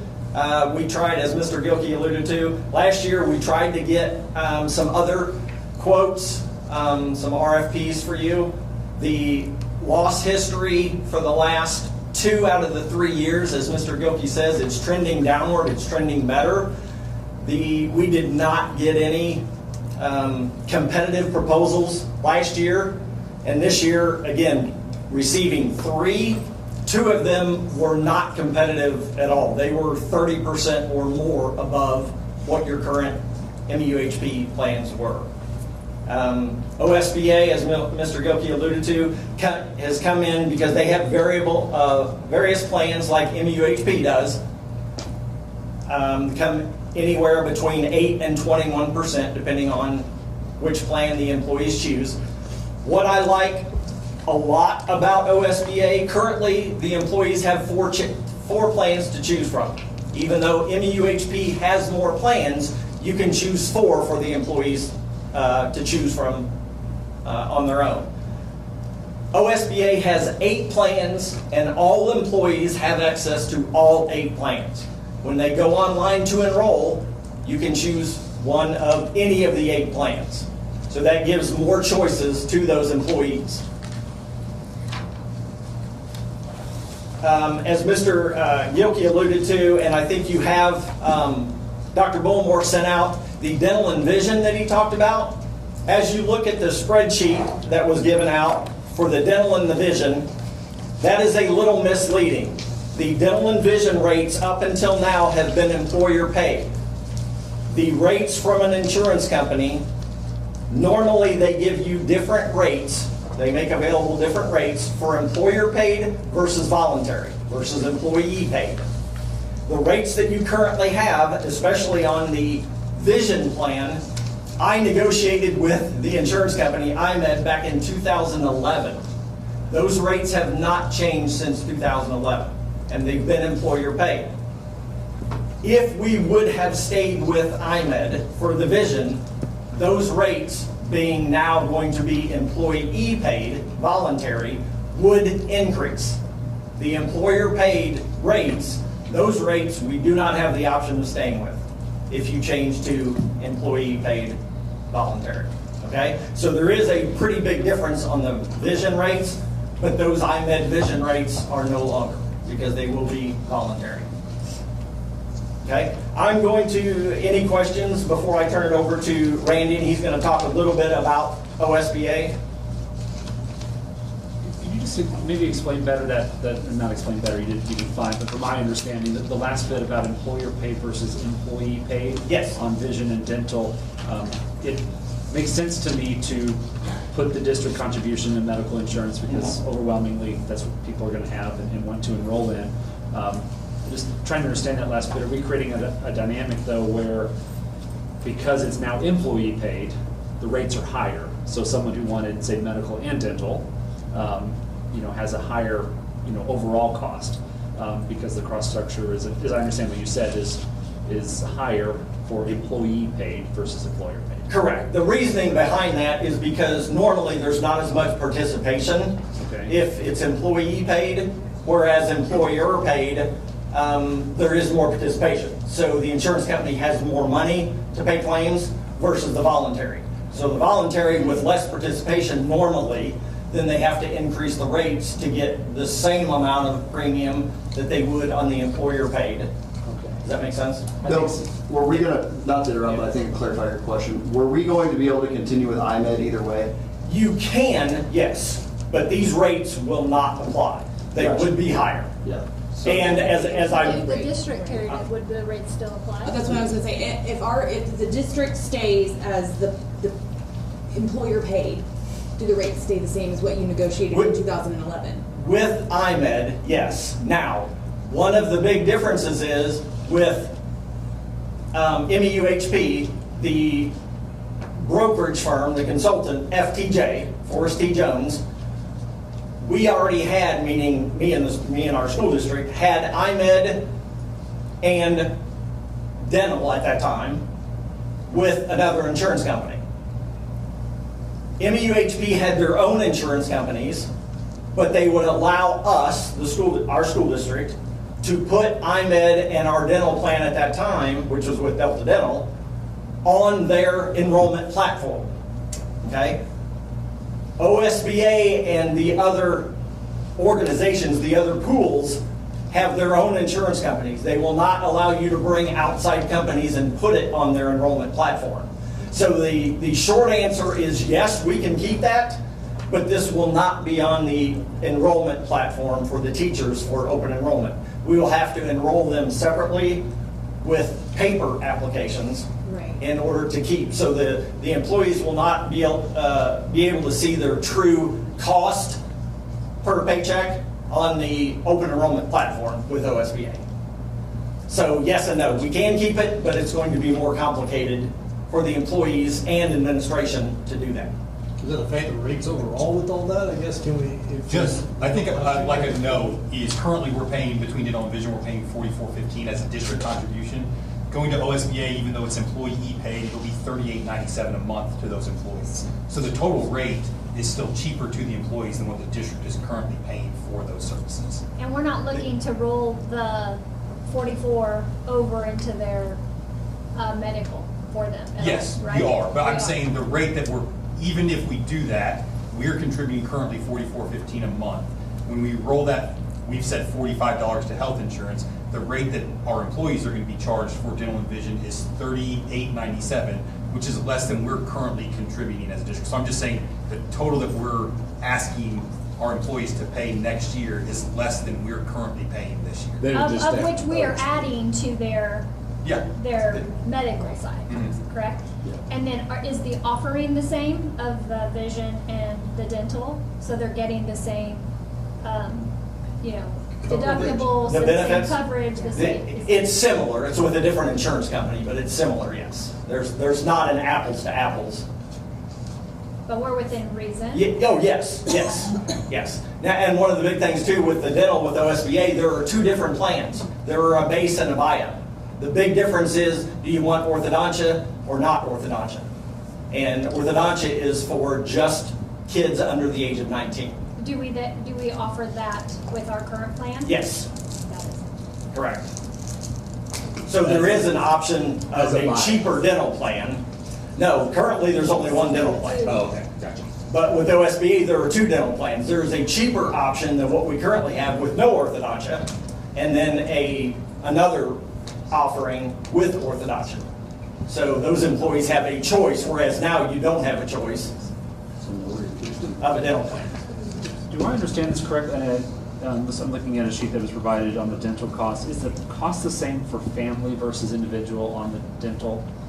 I don't know if that's a typo. It shows, or maybe a mistake I made. Currently, with the MUHP? With MAU, yes. You currently have a two-tier rate with Cigna Dental. It's an employee or family. Okay. So if it's employee and one child, you pay the family rate. If it's employee, spouse, and 10 kids, you pay the family rate. So it's not a 4-tier rate like the vision is, and like the OSBA option is. Actually, it's a 5-tier rate. Thank you. I see that in the sheet now. I misread. Yes. Thank you. Yes. So the big difference is it's currently a 2-tier rate, and it will go to actually a 5-tier rate. Correct. Okay, I'm going to let Randy step in and talk a little bit about the OSBA program. Thank you, Bill, and thank you all for the invitation to visit tonight. OSBA, I'll talk a little bit about in your packet. I'll walk through that. I do want to recognize Bill. Him and I have known each other for probably close to 15 years now, so you have a very good advocate working for the district. We work statewide, obviously, but it's nice to have Bill here locally. And you know, he looked at the market as he talked about. With MUHP not continuing, there was roughly 55 school districts in that are all looking for a home and so forth. We have been very busy, as well as some of our competition, whether it's consortium or so forth, trying to help districts find a home, if you will. And of the schools we're working with, we're probably maybe 40% that we're offering a proposal to are some of the districts based on loss ratios that are just not a good fit, and that doesn't help that district relevant to the budget crisis that you all are talking about and so forth. So you all have, besides the budget, state, federal, and local, the difficulties there, obviously, this rising cost to provide employee benefits, especially health tied to pharmacy, it continues to go up, and we totally respect that. So it's not an easy conversation every year. In your packet, so I represent OSBA on behalf of a very large team that works with the Ozark School Benefit Association, acronym OSBA. In your packet, I'll just hold it up real quick. On the left-hand side is information about the ancillary life, dental, vision. It goes into some detail there. We can spend time on that. I'm glad we talked about the dental and vision already, because that was important with what you're doing today and potentially moving those dollars to the medical. So it's certainly important for you to understand that. On the right-hand side are the first stapled copy is your 8 medical plans that you, and I believe most of you have seen this probably electronically. But there are 4 what we call PPO. Up on the top left-hand side, it'll say HSA, and I've got that as the first copy here. So we'll talk about that. And then right behind that is the PowerPoint that's on the screen up here that goes into a lot more detail about who is OSBA, what's the history of OSBA, the size, the scope, who do we work with for administration within the medical programs, as well as the rate history, the pooling, and reserves, and so forth. So Dr. Bullimore, Mr. Yelke, we can spend time on this unless you all have talked about this. I don't know how much detail you want to go into that. We can jump to rates first, or you may have talked about rates already to a degree, so how would you like to move forward? I think the board has seen rates, and I think we'll have some questions on what that looks like for individual employees. I'm assuming that the best thing for them would be to hear a little bit more about the program, stability, perfect. Reserves, things like that. Okay. Any questions? I'm going to hit this high level. I apologize. I'm fighting a cold, a little bit of a cold, so pardon my voice. So in that packet, as you work through that, the one thing about when you think about being on a standalone, which Bill obviously looked at for you all, and I'll give a little history here without taking you all night. Since 2014, when ACA healthcare reform happened in the United States, there's a lot of companies that left the market. I'll use Principal Financial Group, Travelers are good examples. They were in the medical market back then. That wasn't their core competency. Travelers is a huge property and casualty company. Principal does more on financial. But you either had to get all in, or a lot of them got out. And across the United States, for the most part, there are 4 primary carriers. We refer to it as BUCA, Blue Cross, United, Cigna, and Aetna. Of course, with MUHP, you were with Cigna, moved to Aetna, and tonight we'll be talking about our program that utilizes Blue Cross Blue Shield. I say all of that because the market has condensed, and what drives your premiums, especially being a larger district, is your claims, your utilization. So you're either on your own in the marketplace, if you can find a carrier that's competitive, or by law, it's unique that school districts in Missouri, under Missouri law, have been able to come together in what we call consortiums. There's very few businesses that can do that. So if you all were a group of trucking companies, even if you were in the same area or across Missouri, we just can't take a group of trucking companies and go to these carriers and say, give us a rate for all of these trucking companies, because there's no legal formation to do that. With school districts, you can do that. Of course, you were in MUHP for several years, and our program is an exchange, what we call an exchange, because once you decide to enroll, if you choose to with OSBA, you're going to set the district board paid amount, which we'll talk more about. The nice thing about that is the years ago when you would have worked with Bill, you not only had to design the budget amount, but what type of deductible do we offer? Are we at 1,000? Well, let's go up to 1,500. What do we save?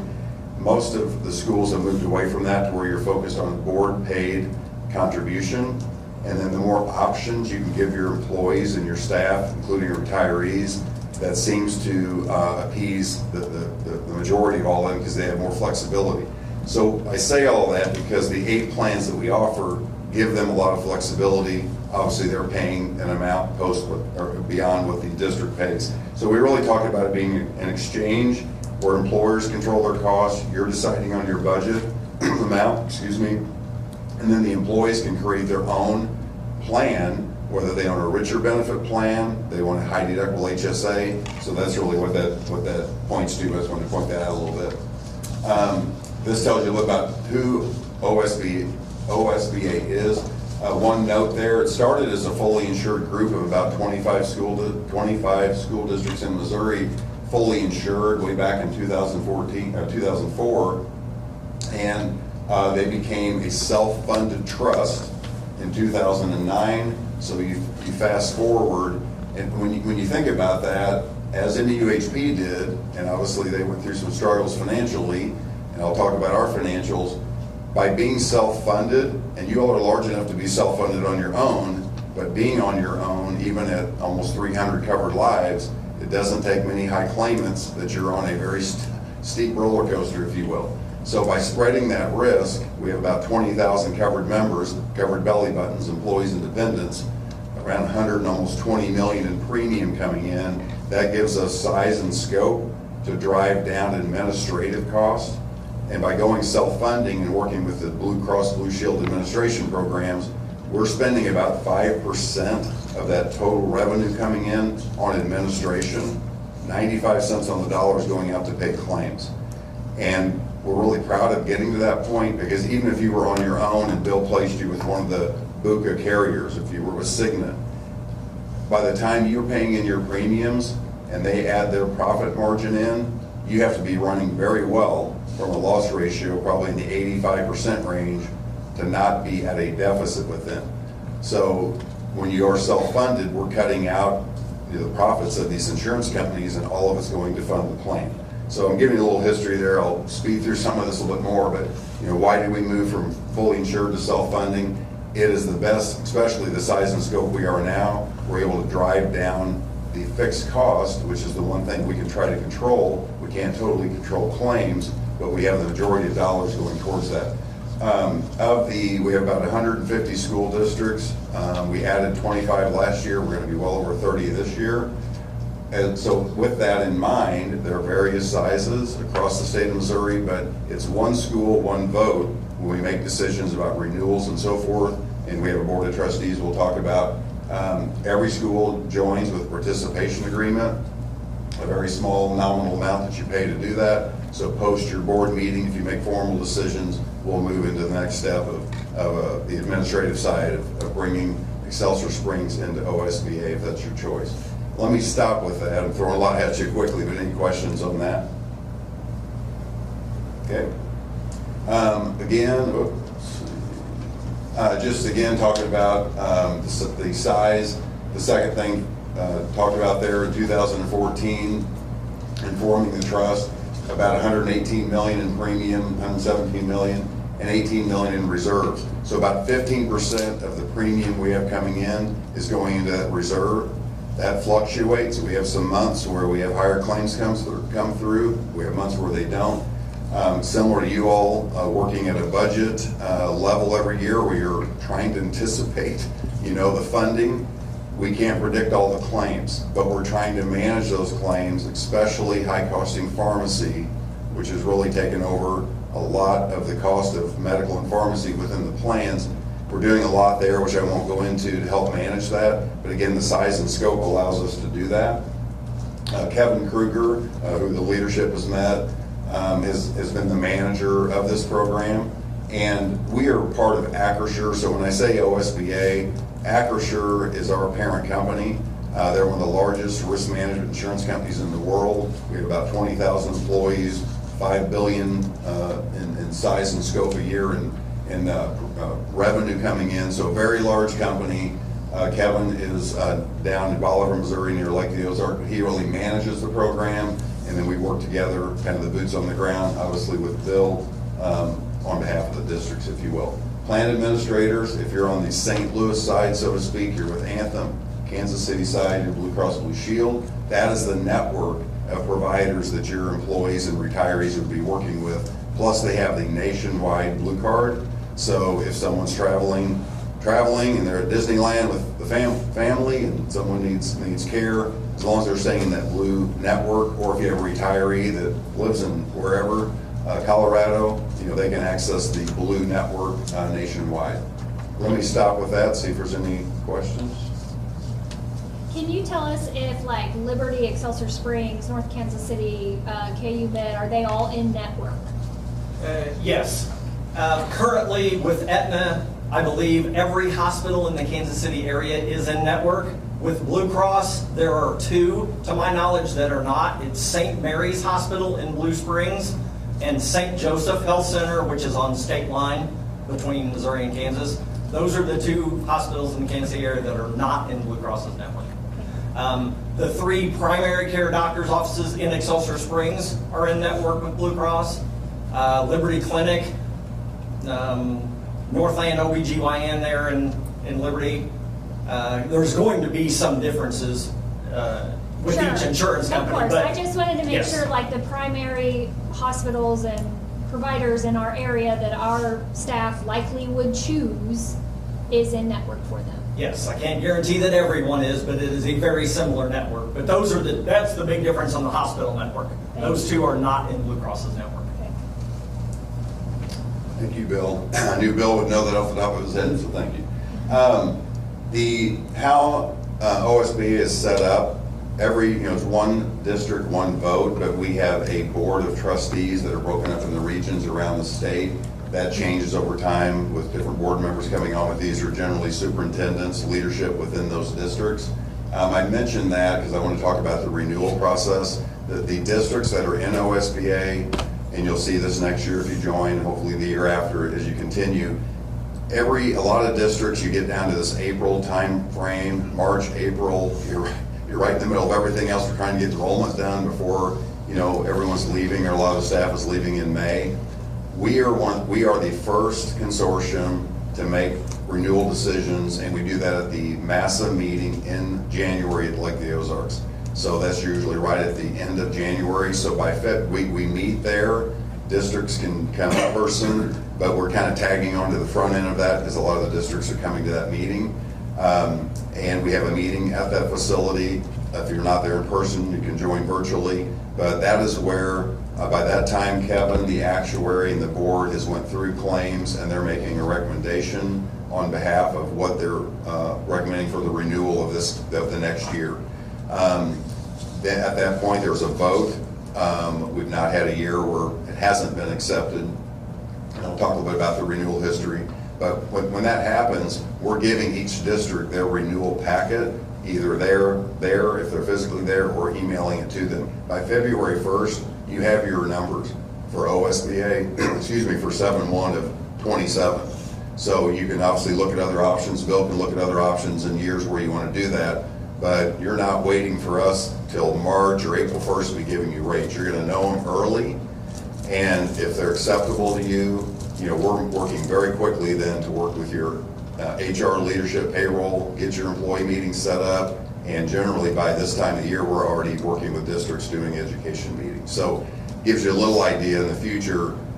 We've talked about that. We're the first out the gate, but our numbers are our numbers. How's the group running? And here's your number, and then you all can make a decision to stay or not. Real quick on that, we don't feel like we have one of the easiest, I think, agreements as far as members. When we give your renewal out, let's say it's February 1st, you have 45 days to let us know that thanks, but no thanks, we're leaving.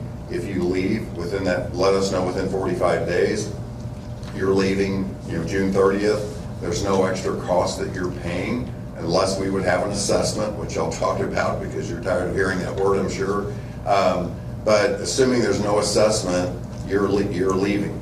If someone would not let us know within 45 days, for whatever reason, it's the 60th day, we charge 1 month of premium because they didn't let us know within the 45 days. We've only had 5 school districts leave in the length of time. One of those just came back. The grass wasn't quite as greener, if you will. So we've had a really, really high retention ratio. But you're certainly not handcuffed to where you're joining this for a 2 or 3 year program. So this is a 1-year decision you're making every year, and we're getting those numbers to you really early in the year. So let me stop with that and see if you have any questions. Have you had, in the last 3 to 5 years, have you had to present numbers to your members in order for them to buy down their rate, similar to what we had to do in the past? Maybe you can speak to that. The assessment number?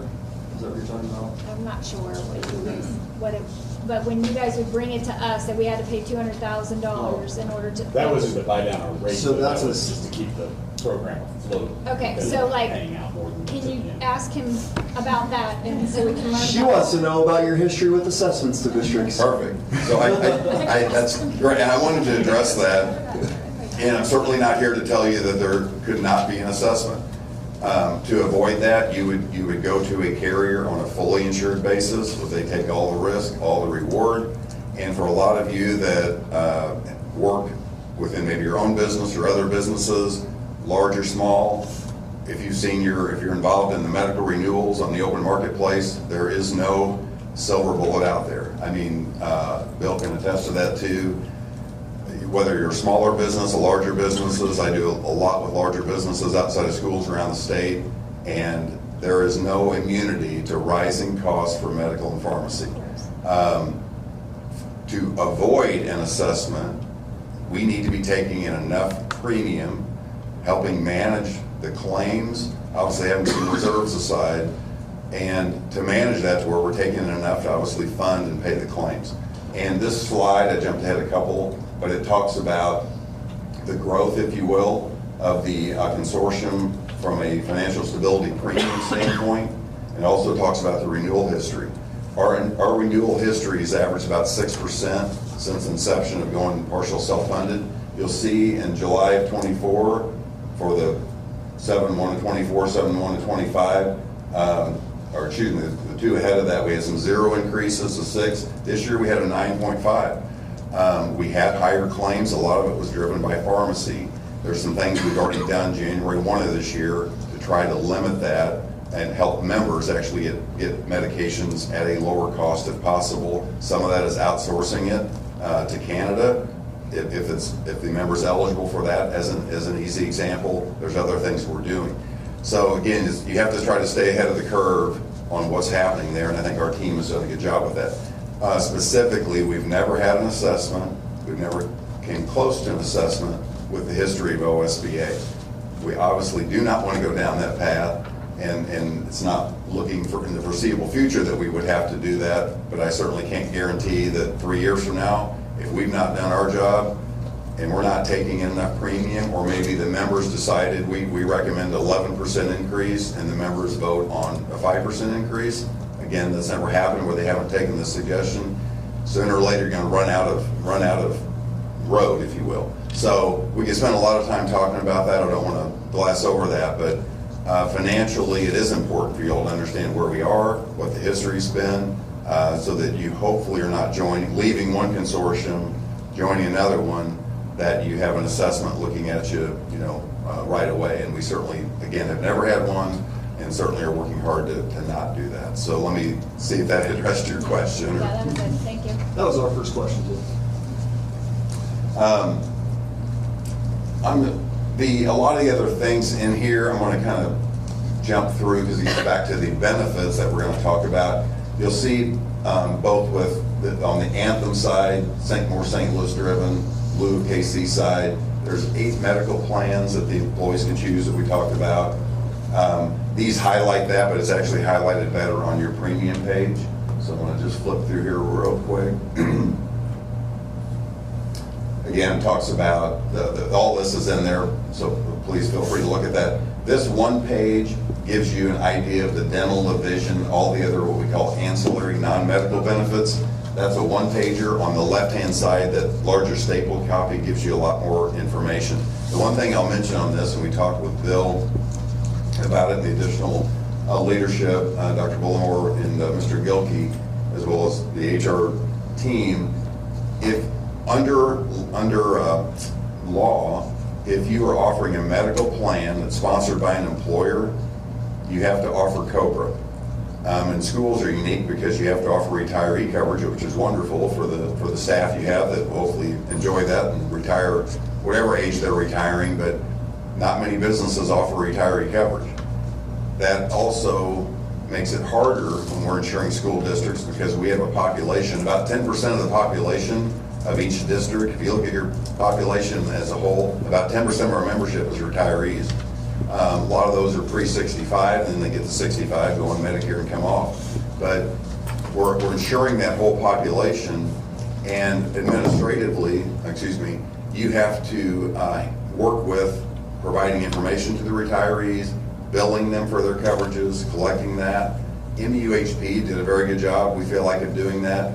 So does OSBA. So we handle the retiree education with Bill's help, getting them enrolled, and we bill and collect their premiums. But also in the COBRA piece, where I started, is you have to offer COBRA if someone's leaving employment. So if we have some of the staff leaving this year, throughout the summer, maybe they're going to a different district, you still have to offer COBRA.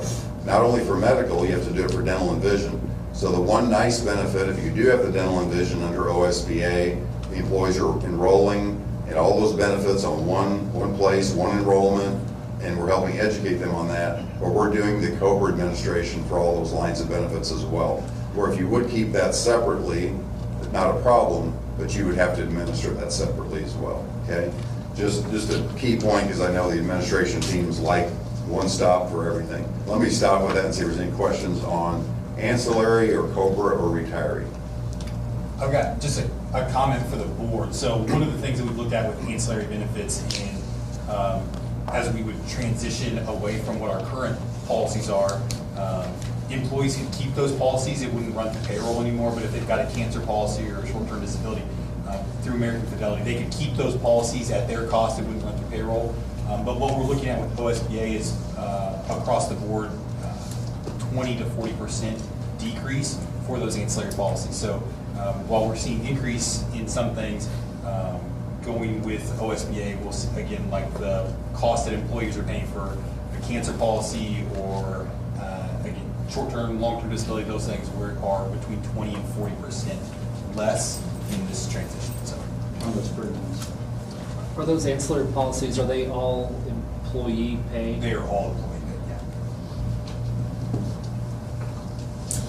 yeah. With that, I think there's one more page that we'll talk about wellness. We'll spend a lot of time on this with the employees, but there's some wellness initiatives that they can do, kind of tied to the Blue Cross Blue Shield programs.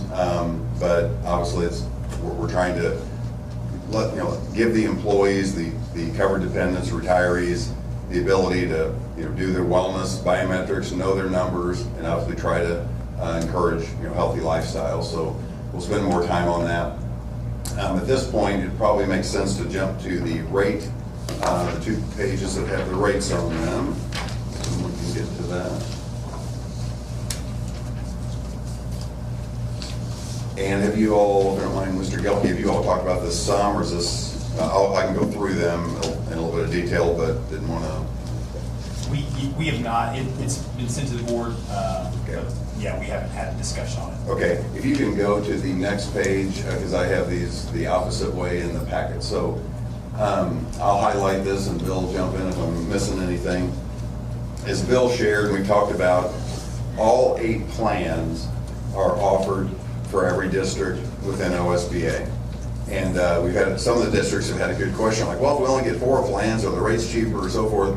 It actually has benefited us administratively to have the same 8 plans for all the districts, been trying to customize this district has 3 and this one has 4, and really work with the districts, their boards, to define their contribution. So once you define your contribution, it'll be applied to the 8 different plans. And just to jump over to the far right, if you will, because this is similar to your, and these, we refer to these as HSA plans. Most people are familiar with that acronym, health savings accounts. But there's really 2 components. You have to have a qualified high deductible health plan under federal law, which all these qualify. And then if you choose a plan that is a qualified high deductible, you can put monies away into a health savings account.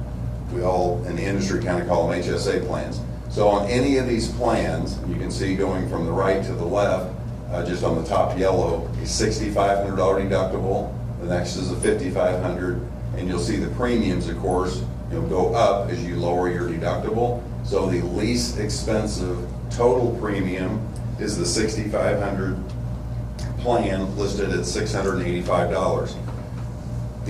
That's the total premium. So the board paid amount, if it was $645 as an example, would be applied towards that. The employee is going to pay that difference for them, and if they're covering any family members. And then, of course, if they're wanting to buy the deductible down, have a lower deductible, lower out-of-pocket, they would obviously be paying a little more in premium to do that. So it gives them the flexibility to do that. That plan is very similar to the current plans. These match up fairly well with what MUHB offered. Bill lined that out for you all in a bit more detail. You're never going to have exact, but it certainly gives them a lot of options. Let me stop and just see if you have any questions on the HSA plans. I'm kind of hitting that high level, but we can dive into any of them if you have a specific question.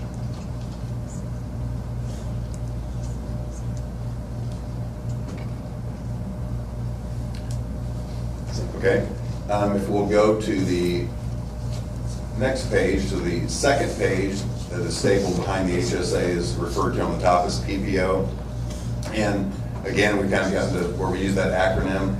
These plans, again, 4 different plans, are not only going to have different deductibles and different out-of-pockets, but you'll notice that they have, going down towards the middle, where it says co-pays and co-insurance, you're going to see co-payments for a primary care physician, specialist, getting into prescription drugs right below the second section up from the bottom, prescription drug card co-payments. So an employee or a retiree that is wanting this type of coverage for different reasons can certainly choose one of these plans. They'll still have the board paid them out applied to that.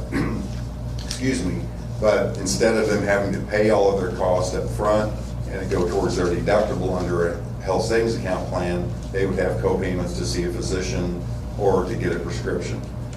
All of them have maximum out-of-pockets. So if someone had a $100,000 claim, there's a limit on what they're going to pay. Those are similar to what you had as options within UHP. This is a lot of the, if you will, the boots on the ground with Bill and some of our team members, spending several days. I'll have Bill kind of talk about what that's looked like in the past to educate the employees. And one point I'll make here is some of this we would have the same type of conversation we're having here holistically, but because we're changing, you're not just renewing within the UHP and hey, that's the best option this year, we're going to stay there. That wasn't an option. So we're changing plans, changing providers, going from Aetna to Blue Cross Blue Shield, the provider networks. Great question a while ago, who's in the network? There's going to be employees that have more questions, especially if they're going through some type of a health concern for them or a covered family member. I'll use pregnancy as an easy example. Someone's currently pregnant and they're going to deliver after July 1. They may be already all set up with Aetna for that, expected August 1st delivery. Well, we have to work with them on continuity of care and get them set up with Blue Cross Blue Shield. Or someone has a knee surgery scheduled in the summer, in August, we've got to get them coordinated. Or they have a high prescription. They're going to have questions about how do they keep that care and that continuity. That is a lot of what Bill and our team will do, so I'll throw it back to Bill to address questions on that. So we take that very seriously. Some people who, knock on wood, aren't having many things. Some of it's a quicker discussion, but people who have some things going on, we want to make sure they're comfortable and confident that they've got care and making the choice between the 8 plans, if you will. So any questions about the PPO plans? No questions. Thank you for taking the time to walk us through it. I think I struggle, and hope probably everybody up here, including the cabinet, with when you look at the employee line and you say we're going to add 645 to it, it's palatable. It's not great, but it's palatable. But when you add one person, and not everybody is married and not everybody has support, and like it'd be interesting to me to even hear if the 3 of you are on our insurance, or if you guys choose to be on your spouse's insurance. But not everybody has that, and I would even venture to guess that these premiums are probably more than some of our teachers have on take home. So that's crazy to me. And I know that we find opportunities to do other things with our monies. And I also know we're in the state of what we're in for our future, but we have a real retention issue. And we have a lot of struggles, and it's really hard to sit up here and say yes to this today. Darren and I were just discussing that too. Woo! But if I'm looking at this one correctly, does that show at the bottom of each one of these what the employee pays today for that plan? In the gray for the MUHP, correct. And the single page that I handed out. And what they would pay for OSB? Yes. Because we don't pay for any family currently, we just pay for employees. So if they're insuring a family with us, they're already paying that huge. It's going to get bigger. But it gets bigger, yeah. So they're already paying a substantial amount. The one thing that helps reconcile it a little is that 86, by way of the numbers that you provided, Bill, thank you, to know how many employees do we have in which bucket. And to know that 86% of our employees are covered in the top bucket, the employee only, so that helps. But it hurts my heart for the 13% that need to get coverage for their children, or have to carry their spouse. So one question before we jump into your thing, we had the 645. Is 645 what we pay today?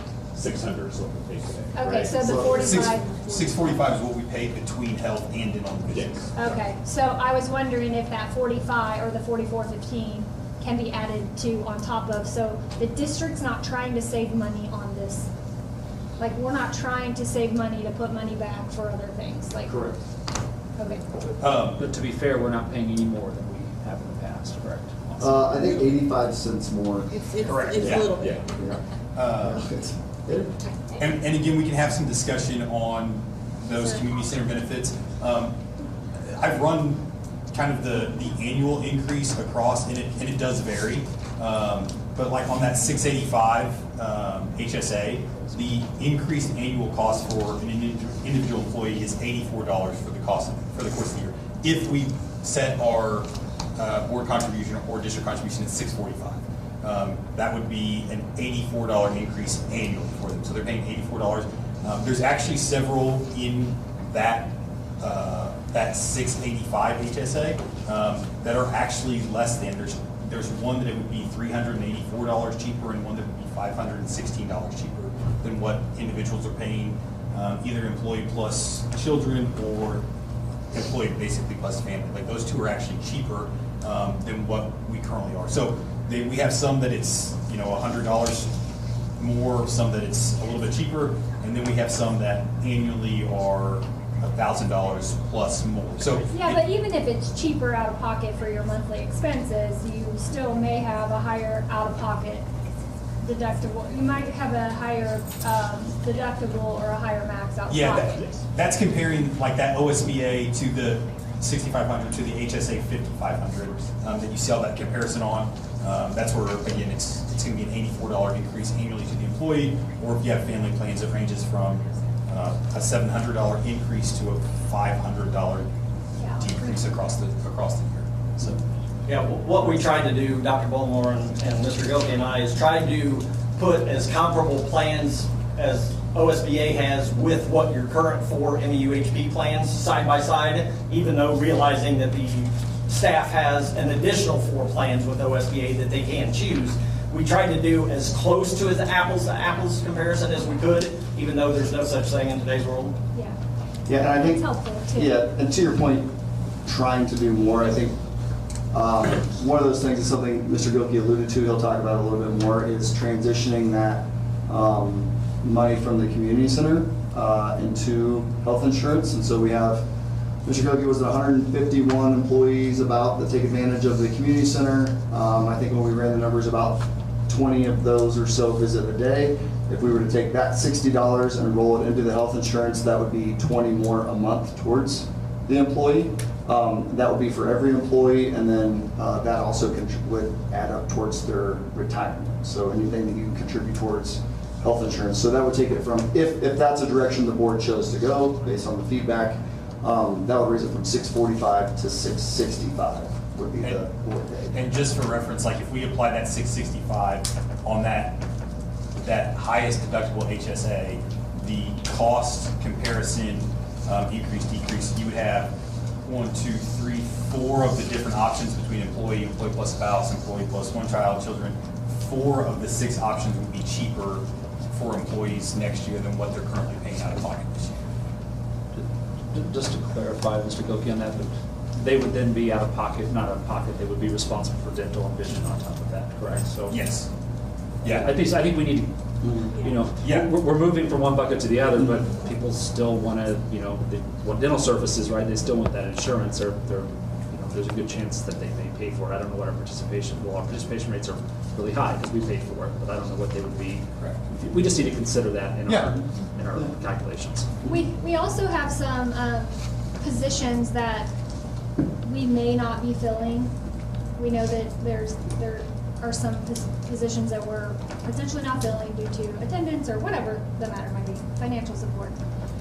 The amounts of which we would have paid for those employees, shouldn't we be shifting that amount of medical over into these buckets to continue to keep our medical spending the same? I know we're trying to save. I know we're trying to save money and shift into other buckets, but are there other ways that we can find money to help alleviate these expenses? Because we have yet to come to the table with how to help with the salary, and then to not be able to help with benefits, it's making it really hard for teachers, I'm certain, to continue to talk themselves into staying when they can drive 12 miles down the road and insurance is not an issue over there. I do think too, the community center having that piece, I mean, it doesn't retain staff by any means, but if we're talking about health insurance costs, don't we want them to participate and be healthy? I guess we don't know how many people are really. You can't gauge that though, and you can't make people take advantage of an opportunity that we're giving them to keep them healthy, or they would have been taking advantage of it this whole time. I'm just saying there that's are some in people. place though. That's why There are some Mr. people Gilkey that did take done the poll on the advantage community of center. it. It seems like they would rather have money from that added into the medical stuff. I mean, that's a very important goal. You start. Is this something that has to be decided today?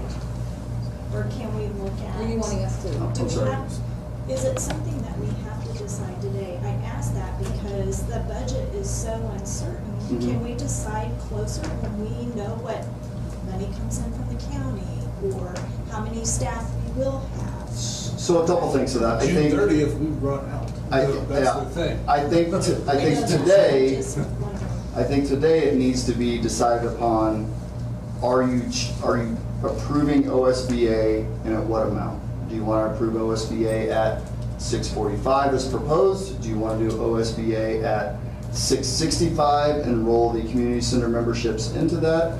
I think that decision, the community center decision doesn't have to be made today, but I think a base board amount and approving OSBA needs to be approved today.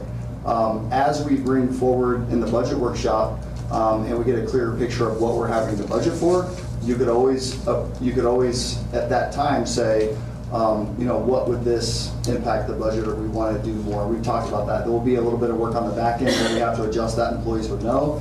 What I would say is every $20 additional that you want to put towards health insurance is about $66,000 in our budget. Assume that $66,000 is deficit spending. I would caution you to show patience about making that decision to add too much more today than what we already have budgeted, because I think that's how we got to the financial landscape we're at as a district, is making these little decisions all the way without understanding how it really impacts the overall pie.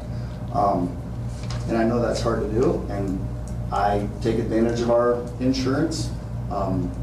It's something that impacts me, it's something that impacts all of our staff members, so and then if you're wanting to put a lot more here, is it better to put it here, or is it better to put towards salaries, right? So those are all things that you want to consider, but I would have into account, that's why we're going to have our first budget workshop, is to understand every little dollar that we spend, assume that it's going to be deficit spending, and where do you want to put that money? Because things like salary and things like benefits are things that go on into perpetuity. So when you approve an additional $130,000 in deficit spending, that's $130,000 this year and next year and the year after and the year after, and it just adds on after that. And so when we add these little things along the way, those are things that we need to be prepared for. Not that we don't want to add more, and I'm not saying that there's no space for that, but we are doing everything as a team and making really difficult decisions and across the district to try and get us out of deficit spending, so it sets us up to be able to do more proactive things in the future. If we continue to run a deficit budget, it's going to be very hard to do any of those things besides continue to make cuts just to try and keep our nose above water, if that makes sense. They can't keep quality teachers either. That becomes another issue as well. I 100% agree. If our reserves go below a certain percentage, none of us have a job because the state takes us over. So we got to take that into account too. But I think I'm optimistic about where our budget's going and trying to get it balanced. I think understanding that picture and all the things that are going into that and what additional monies would go there would be important to know to make that decision that we could do later. I think today the proposal is, whether you want to do OSBA at $645, if you want to use the data from here and transfer the community membership, that $20 or that $60,000 into health insurance, that could be a second motion to get that taken care of. I think that's what the board decision should be today. If you want to delay the community center, I would caution against doing the $645 and an additional $20 without doing the community center, because again, we're adding $66,000 in deficit spending to the budget is what I would assume. On the community center in particular, I mean, it's such an asset to our community, and there's a good story there that the school and the city, we talk about that a lot. How can the school and the city work together? Well, they did to create the community center. We did to create the community center. Right. Is there an option where we can free up those funds? But I know that like on this board here, we can't decide this, but are there like discounts maybe that might be available from them? Or do any, sometimes, a health insurance provider might pay for a gym membership, right? Because healthy people are cheaper to insure. Are there any options like that might be available? So I actually met with Mr. Williams, the Career Center director, last week, just to let him know this was something that we were presenting to our Team Tiger, to let him know it was something we were going to share with the board, to send a survey out. The way we approach it with the Team Tiger and the way we're approaching it with you is we spend that $60,000 for our staff. We're going to spend that on our staff to contribute to our staff. We want their input on where do you want your dollars. Would you rather prefer it go towards these memberships? Would you rather prefer it go towards these communities, towards the health insurance, which also goes towards, would add towards your retirement? as someone that uses the community center every single day, and so does my family, I'm going to be a member there regardless. And something that Mr. Williams and I talked about was if this is the way it goes, and if there's a high percentage of people that want to go this way, and this is the way we decide to spend those funds, they would have some time to develop if there's anything they want to do on their end, whether it's a teacher discount. We can't tell them how to run their business, but those are some conversations we had last week about if there's a way to encourage people to continue to be members. I assume the answer is no, but are there any health insurance provided ways to provide benefits like this? Great question. If you were fully insured, the carrier might offer something, but it's going to be baked into your premium. With OSBA being self-funded, we're driving administrative costs down. We have the wellness program we have built in, but we're not able to just customize something for one district or so forth because you're spending the pool money to do that, if that makes sense. Yeah.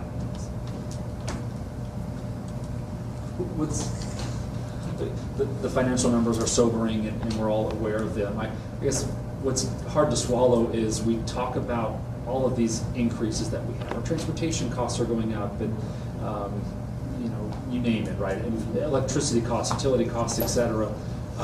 Health insurance costs also go up, but we're asking our staff to bear that full burden. I really wish, I think we need to work hard to find a way to shoulder some of it with them. I mean, it's a 0% increase, right, to district contributions. If we were at 5%, what would that look like? An increase.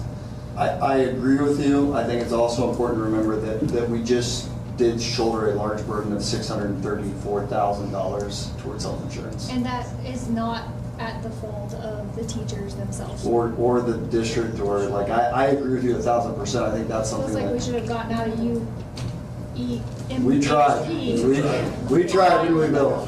Yes. Yeah. Well, out of the 9 years that you were with MEUHP, 6 were pretty good for our district. Your rates probably would have been much higher if you were fully insured on your own with a carrier versus the MEUHP program. Yeah, so not all 9 years were bad years. So, we know that because we are sick. Brett, I think just rough numbers, I think a 5% increase is going to be probably a minimum of $150,000. And like Dr. Bullimore referenced, any increase that we talk about is deficit spending, most likely. And so, as we've gone through this process, and I think you guys know this, but it's not like none of us are happy about saying hey, this is where we need to be. I've talked a lot kind of in our circles. One of the things that's happened over the last couple of years is that messaging from the state has been really heavy-handed, hey, expect cuts, and it hasn't come as much. And then this year it became pretty apparent that those cuts were going to be really significant. And it created a bit of a boy who cried wolf situation where districts were slow to respond to what was happening. And so we've tried to be really careful from the beginning about our approach to that situation. But I think you saw that in the MSBA report. The caution that we're taking at the expense of hurting employees' feelings or pockets is the long-term financial stability of the school district. And so what we're looking at is when we went through Team Tiger, we're roughly 68% in salary and benefits in operational costs. Really, it's higher than that because a lot of our, not a lot, but a number of services that we provide, sending kids outside of the district for services, is really additional staffing that we would like to be able to bring inside. And so it's really higher than 68%. So with that, a lot of our operational costs outside of that are fixed or increasing. And so as we go into looking at a 26-27 budget, it is knowing that as we try to get away from deficit spending with what we're being told and what we're trying to listen to is the reality is whatever 26-27 looks like, 27-28 and 28-29 probably look worse. And so that's where it's not that it is, I think, a desire for us not to give more, but trying to be responsible with the idea that anything that we add, like Dr. Moore said, in perpetuity is going to continue to be expenses for us, either in salary or benefits. And so that's where those numbers come from, is I think ultimately you as the board will decide that, but from an admin perspective of where our budget is currently and what we're seeing projected from the state, I would be reluctant. I say I would be reluctant. I would, and I think Dr. Boomer either at this point would not recommend that you contribute additional funds than what we're already contributing to. I think the funding revenue, or the funding streams and what revenue looks like, would make that difficult when we are, and I think Brett, going back to your question, when we are looking to see where we can make cuts, not just with staffing, but across the board. So we're talking about, like, are there other areas that we can pull this money from? We're cutting all of those areas just to try to get to a balanced budget or reduce deficit spending. I think that's where we were trying to be creative with those funds that are put towards the community center, and how do we transfer those funds so every employee can take advantage of those, not just the ones that have signed up for a membership and the 20 or so that visit each day. So, can I ask you a question? You do quite a few school districts.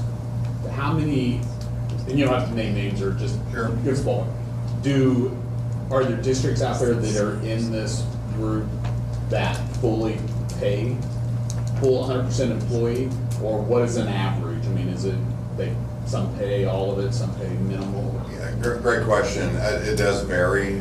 Some certainly don't even have a board paid budget above 600. So, probably most districts are in that 85% range that they're funding towards the lowest costing plan. So you all are certainly right in there. If you got to where you could fund more, that's great, but I totally respect everything you're talking about. I mean, you've got so many, it's like a balloon, you're trying to push it to figure out how to provide that, and getting the additional dental and vision going towards the medical, not discounting that they'll have to pay for that if they want to keep it. But some of those members may or may not choose to keep dental or vision, or they may choose to stay with a lower dental plan, as an example.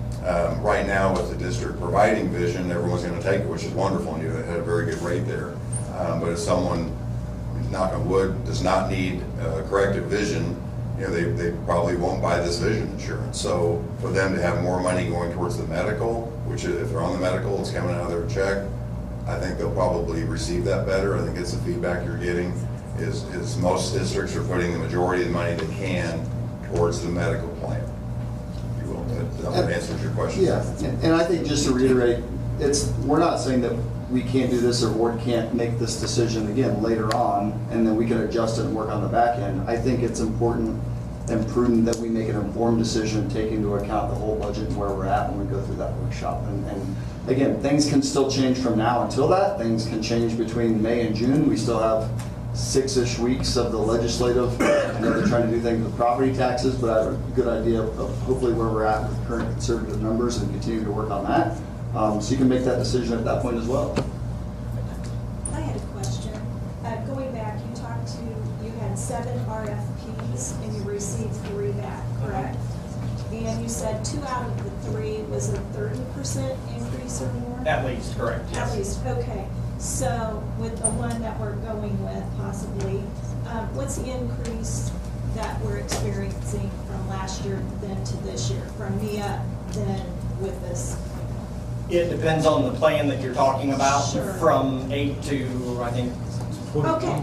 Yeah, it's 8 to 21%. I believe there's one outlier that's 28%, like not one full plan, but like one category in one of the plans is 28%. Everything else is. But is your 30% average increase, is that across the board? What I base normally the increase on is the employee only rate. So any other quotes that I've received through the years when I market your insurance, so I base that increase on, because different insurance companies have different niches on where they put the spouse, the family rates, but the board is paying the majority of the employee rate, so that's normally what I base the increase on. If I remember my notes right, Bill, I think it averages out to about a 12.6% increase. I believe you're correct. Which would equate to about $352,000 in additional premiums. Yes, for the total annual premium. Yeah. Correct.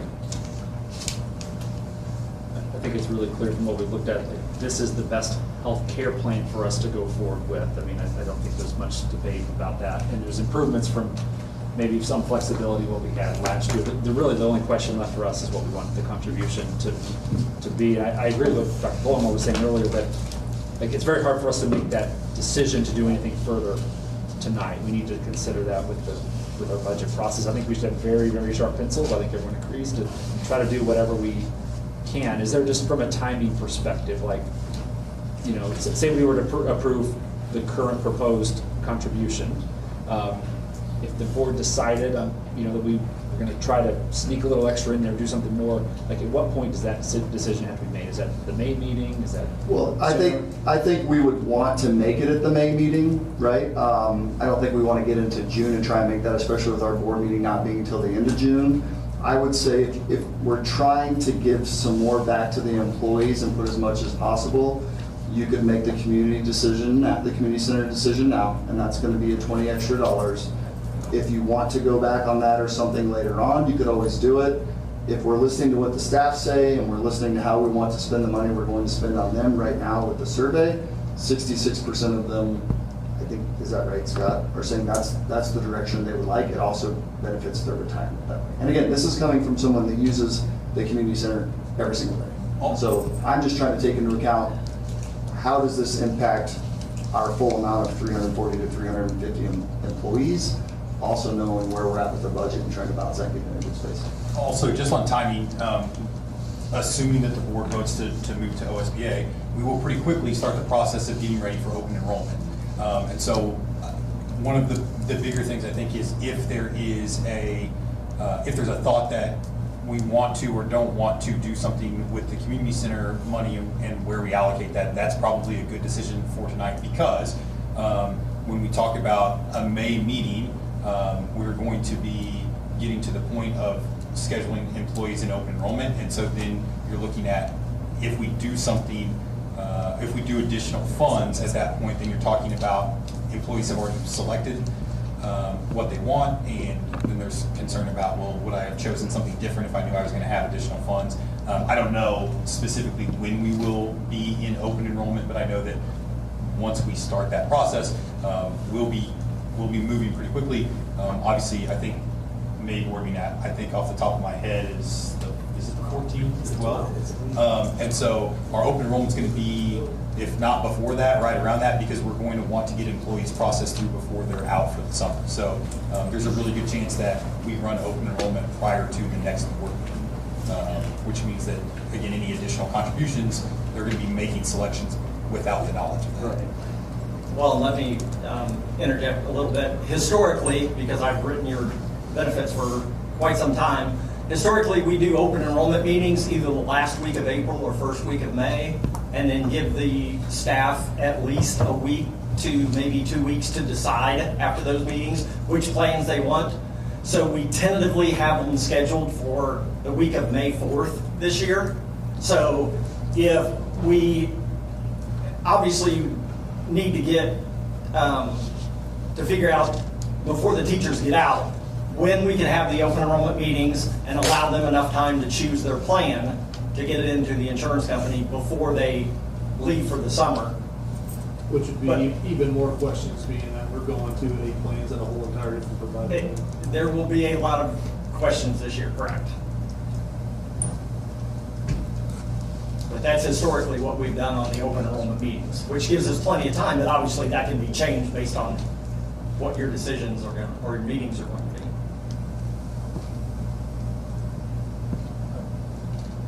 Understanding or this is what you said earlier, Dr. Bulmer, it's hard to make any decision about further contributions without the context of the budget, which is coming. So I just don't think we can make a decision myself personally to do anything more than that tonight. But I think it's something we should be looking at very closely as we go through that process. If 66% of the teachers would rather money go to health insurance, I think we should follow their wishes in that. Can you allow the teacher to choose? No. Solid. No, because we have to roll all money. Solid. One where it is. So we can vote to accept the bid and us pay two votes, right, if I'm understanding this? I think so. At 6:45, and then we'll have to do a motion and approval to reallocate the community center membership money to health insurance. So it's 2, yes, so to make it a total of 660. All right, any further discussion, questions for Mr. Griffey? Do we know what the annual or the monthly community center cost is for one employee? Isn't it 35. So to move, so those that are using it, they too are going to take a negative hit, another negative hit. Okay, just want to acknowledge that. Is it, we have less than 100% participation? Like, why is it 35 versus 20? And did we ask everybody? Yeah. So yes, it's based. What we're paying the community center is based off of employee enrollment, so the number of employees that are going through that. So that's kind of the cost difference there. Its survey went out to all staff, and so it is. I think similarly, like it is the only staff that it would be hitting negatively would be staff who currently utilize the community membership that do not take health insurance. Because if they take our health insurance, they're still getting the money. It's just not being applied to the community center. It's being applied to their health insurance. So if they're still getting that money applied to them. The only people who would just be at an outright loss is if they go to the community center and they don't take our insurance, then they're losing the community membership, and it doesn't matter to them that that money's being applied to health insurance because they don't take our health insurance. That would be the only employees that would be outright negative. But the ones that do take our health insurance and do use the community center, they'll have like a $15 a month swing on their out-of-pocket should they choose to continue to go if they don't have the benefit. Because it's only $20 is moving to medical, and then they need to pay their $35. Yeah, yes, the contribution remains the same. I guess what I'm saying is the contribution that we're proposing to employee benefits, whether it's health insurance, dental and vision, or community center, is a flat amount. And either way, we have to switch companies, right? Correct. Yeah, and the other bids came in 30% higher than this one, so Tracy, this is our best bet. We're not suggesting that the OSBA is not the right direction to go. I think we Well, all we still- align that that's the best way to go. It's going to be higher no matter what. Hypothetically, if we had not been with the other consortium adjusted their rates annually accordingly, we would be at this $1,000 a month now. More than likely have surpassed it anyway with the help of our district less. So, I mean, it's kind of we would be at this point regardless at the end of the day. Correct. If MEUHB was still going after July 1st, you would have received an increase from it. But I mean, the years they gave a 2% increase, had they done a normal 8 or 9, correct, we would still be here today or sooner. Correct. I mean, let's be honest. Okay, so we're going to do this. We're going to do two votes if the board is wanting to do it this way. So the first one we'll do is with the survey results that Mr. Gilkey has currently on converting community center funds to healthcare funds in the amount of $20 per employee, correct? Yeah, I don't know, Dr. Bullmore, if you want to be specific on $20 per employee. I would say that we're going to allocate those funds to health insurance, and then when we make a motion for health insurance, we'll make the motion for the rate to be set at $665. So the motion for this. Gotcha. Okay, so we're not move the allocation of funds from community center to health insurance without specific dollar amount. All right, so the first one we'll vote on is to reallocate community center membership funds to healthcare premium funds. If anyone so wishes to motion. So moved. First by Darren. Second by Caitlin. Comments, questions on that? I mean, just think about it. I mean, I don't know what else there is. We can, it's kind of beating that dead horse, you know, we're trying to find it, but where do you find it? So, all right, hearing no questions, comments, all those in favor? And that passes 7-0. All right, now I'd entertain a motion to approve the 26-27 health insurance with OSBA, sorry, I had to cheat and look, to pay,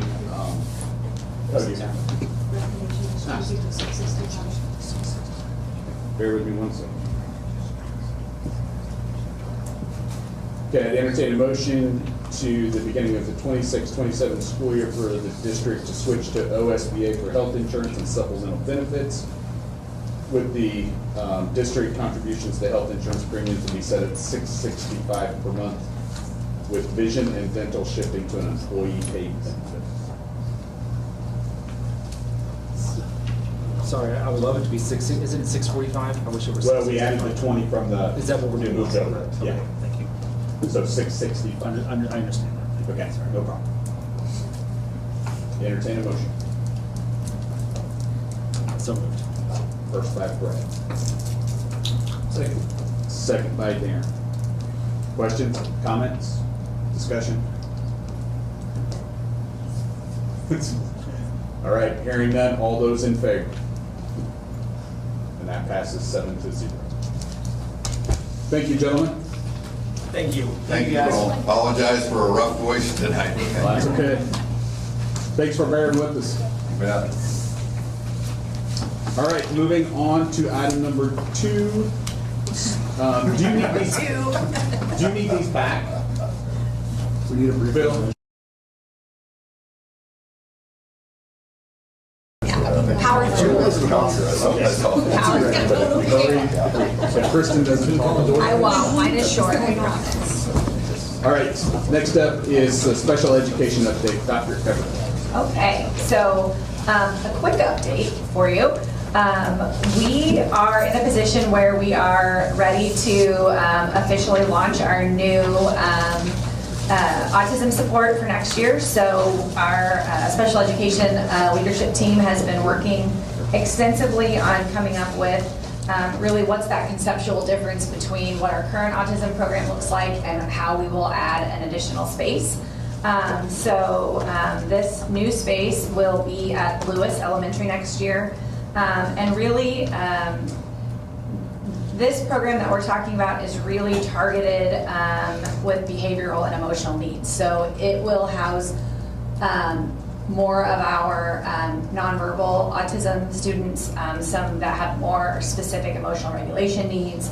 But what we're really excited about is Katie Bogart, who is our current Ohana teacher, who has amazing expertise in behavior, is going to come over and lead that program. And so we have our list of kiddos that we think are probably our target audience for that. So our process coordinator team on Monday, we're kind of finalizing those lists of where we think kiddos would fall.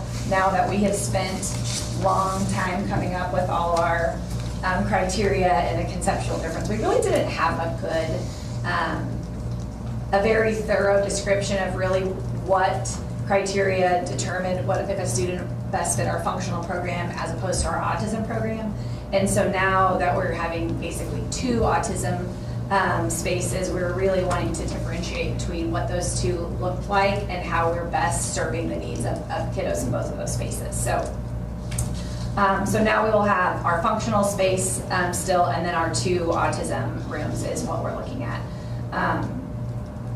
I can't tell you specifically for sure how many paras will be in each of these spaces because para needs are determined or based upon the needs of the students that are in those spaces. So,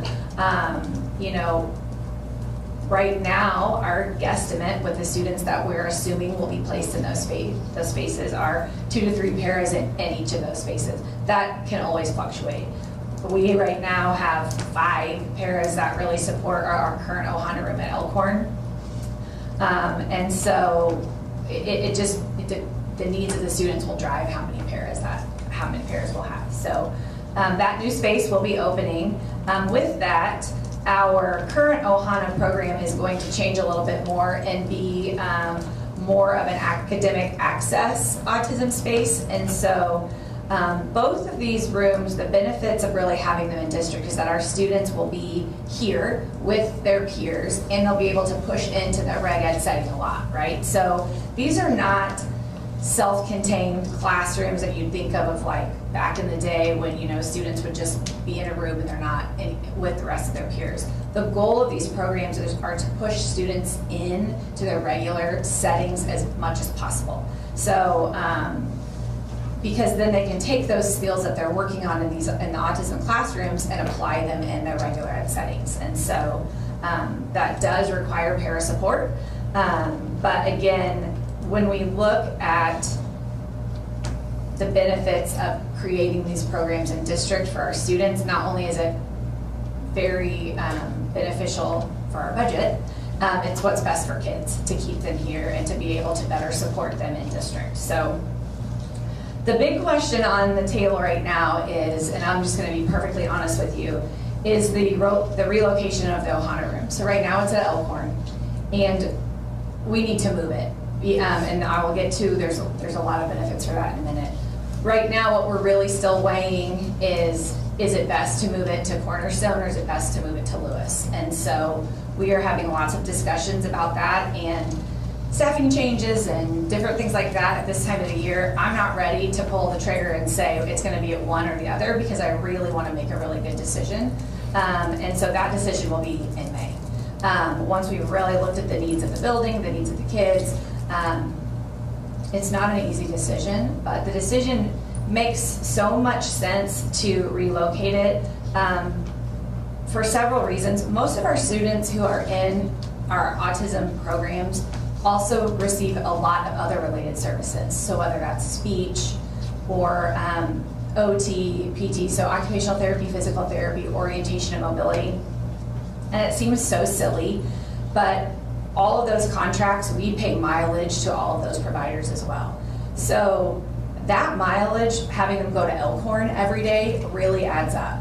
So I know it seems like pennies on the dollar when you're looking at the big picture, but we really are looking at every single piece of this to make a really good decision. And so if I can consolidate those related service providers and have them, you know, mostly in 2 buildings as opposed to 3, that really is going to save us quite a bit of money. Same thing with transportation. It's having those going to those 2 buildings as opposed to the 3. That is going to save us a lot of money in the long run. So the other benefit of moving it is that I can get better targeted professional development for all of those paras that are working with those autism programs if they're all in one space, right? So those paras can push in and out of those 2 spaces together. They can collaborate effectively. And so I just feel like it's going to be an overall better experience for our students because we can train the staff that are working with them more effectively than if I'm spreading out the PD through all these different buildings. It's also easier to get good support and management if it's happening with at one space, whether it's me and that building administrator and that process coordinator team. There's just going to be a better consistency, I think. So it just feels like really the right time to do it when we're opening this new space to just make these changes all at one time. So the other big thing is, and we're not here yet, but just looking ahead to the next year, is that I'm going to want to expand the autism support into our secondary.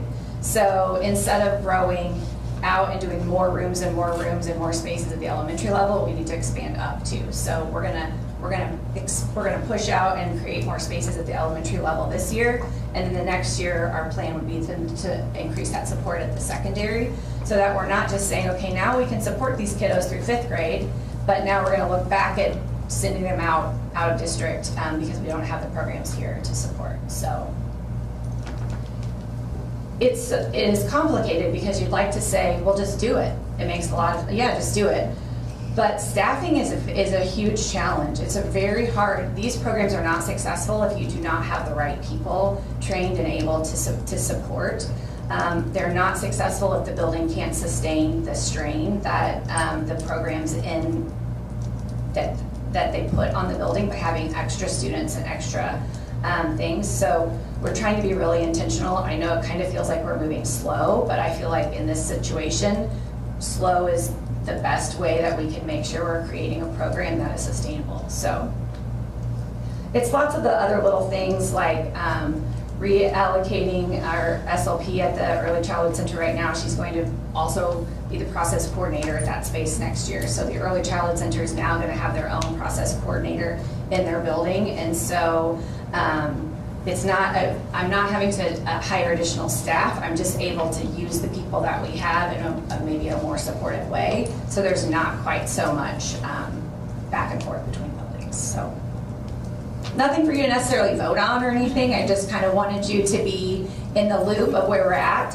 And I really wanted to be able to come here today and say, these are all the things that are happening, but it's resignation season, and you know, staffing changes happen, and I don't want to make a decision that's not a really well thought out one. And so once we have that, I will let you know where we're going. So I'm happy to entertain any questions. Questions? Discussion? Thank you. Next up is approval of the 26-27 career ladder. Mr. Gill. Thank you. So what you have before you is the 26-27 career ladder plan, which is really just the 25-26 career ladder plan with updated 26-27 dates. We have to submit a plan to DESE by April 30th, but we haven't completed the program year and gotten feedback about things that staff would like to see changed if possible.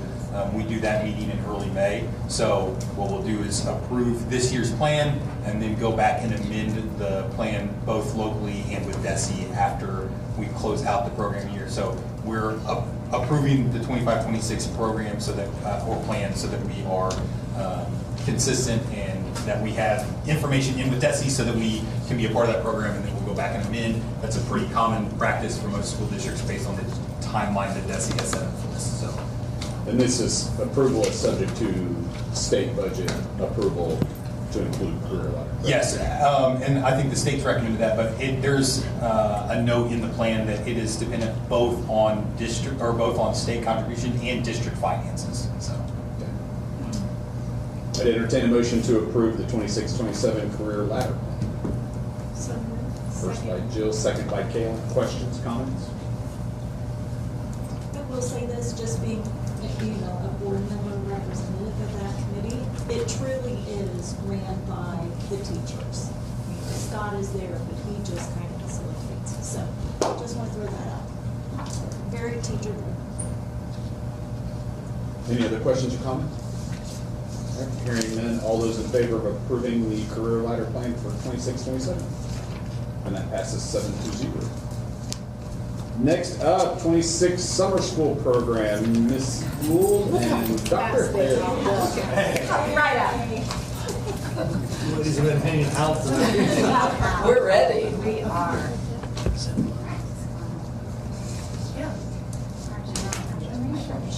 Flip a coin to see who goes first. Yeah. Well, first of all, we're excited. Summer school is fun for everybody, and kids are talking about it, parents are asking questions, and so this year really looks very similar to last year. We're going to start on May the 26th and give teachers a work day, and in both spaces we have like teacher meeting just to kind of kick off that day, and then they have the rest of the day to work. Just kind of going over scheduling and any questions that they have, make sure that transportation is set, and all those good things. Field trips are set. Field trips are set, we're ready. And then May 27th through June 18th will be the session. And the calendar worked out nice this year because June 19th, then everybody's off. So we were able to end it before then. And then the high school goes through the 26th of June, just with because they have various times. So all kids for human performance, they'll start on that Tuesday just because we have to keep credits and keep hours. So we are very locked in. They start a day early and then they go a week afterwards because those kids have to have at least the opportunity to have like 33 hours and some time to make up for that. So we're pretty tight with how much they can be there for the high school side, just because you're dealing with credits.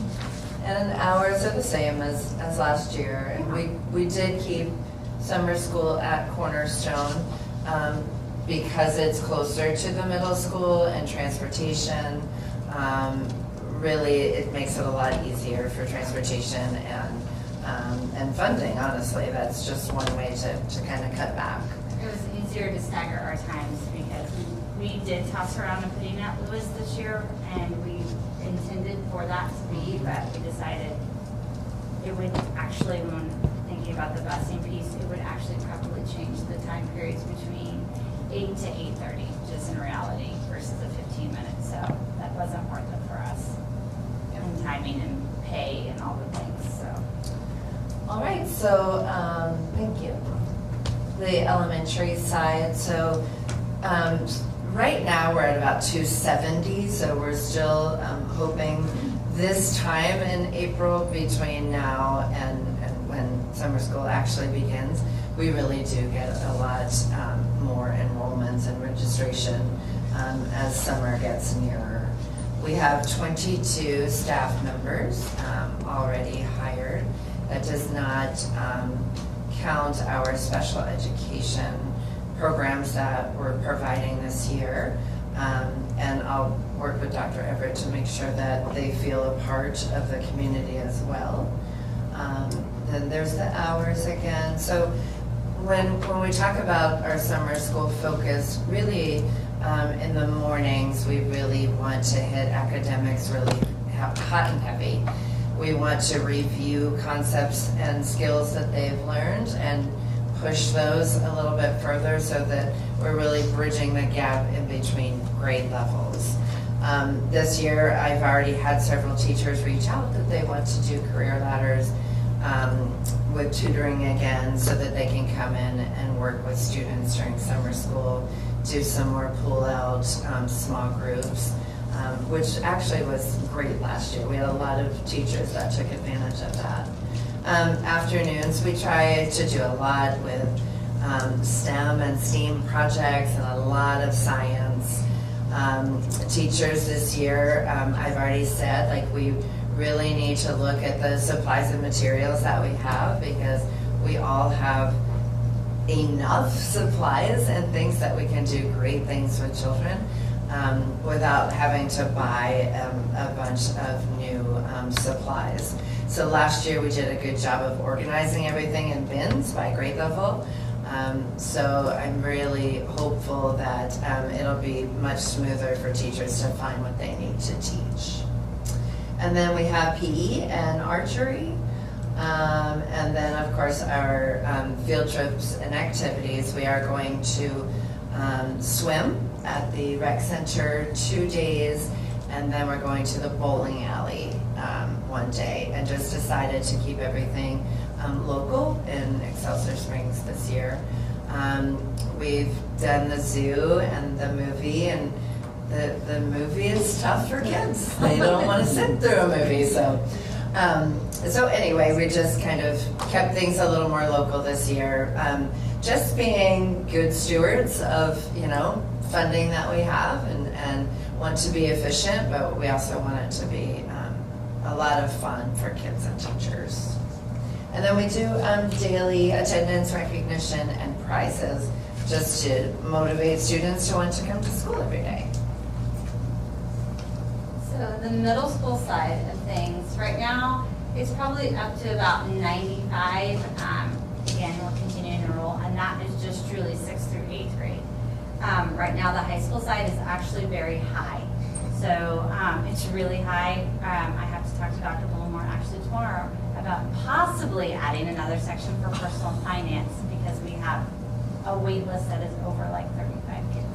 So that's very exciting. We've never had that before. So the middle school side, that's still pretty heavy. We're hopeful that we'll get up to probably close to 200. We have 15 staff members. It's actually one less than what we did last year. So we're hopeful to add another staff member just for the elective side of that, just because our enrollment continues to increase. But we'll kind of see how that goes. Our hours again are 8 to 2:30. We are doing we have 4 hours, so we will do a block class like we did last year. All 6th grade students will do an intro to middle school class. So we have rewritten the middle school curriculum, the intro, to be, each week they will all have 90 minutes of what it is like to be a middle schooler. And then they will each week take a fun field trip. They will explore Excelsior Springs, they'll go to Science City, they will go to, I believe we have on there bowling. So each week, Watkins Mill, so we have 4 different field trips that they will all get to participate. And then each middle schooler will get their middle school t-shirt with their graduation year on, and then we celebrate at the last day and they tie-dye their t-shirt, and every one of them gets a t-shirt. So that's kind of our tiger pride that we want to kind of continue to instill. So we will offer A+ hours to our high school students. We do get quite a few students that come in throughout the entire summer that get their A+ hours. We don't necessarily do the tutoring side for career ladder at the secondary level because we like to keep that open during the school year to have tutoring during it. Not to say that teachers are not able to, but elementary teachers can come over because we only have 2 classrooms that we continue for our special education side too. So not saying that there isn't those opportunities, they're not as widespread as the elementary side of it. We do attendance recognition, especially with some of those kiddos that have to do kind of that credit recovery side. Because when we get into secondary, you get into some other things versus all fun on the elementary side. And then the high school side, we have up to 32 kids right now signed up, and our vouchers all paid for. Those students are signed up for ACT prep. That is kind of it's a big deal. They get free registration. We have those kids already capped, and they get to take the ACT for free in June and go through that. That's kind of something we've done for the last several years, and that's a big thing for those students, and a nice opportunity to increase those scores. And we track those to see the kids that have taken it as sophomore, then they have the opportunity to increase that their junior year and things. Human performance, they're able to get a quarter credit again, a credit enhancement. We currently have 113 signed up. That will continue to increase. And then personal finances is jumped tremendously, as well as health.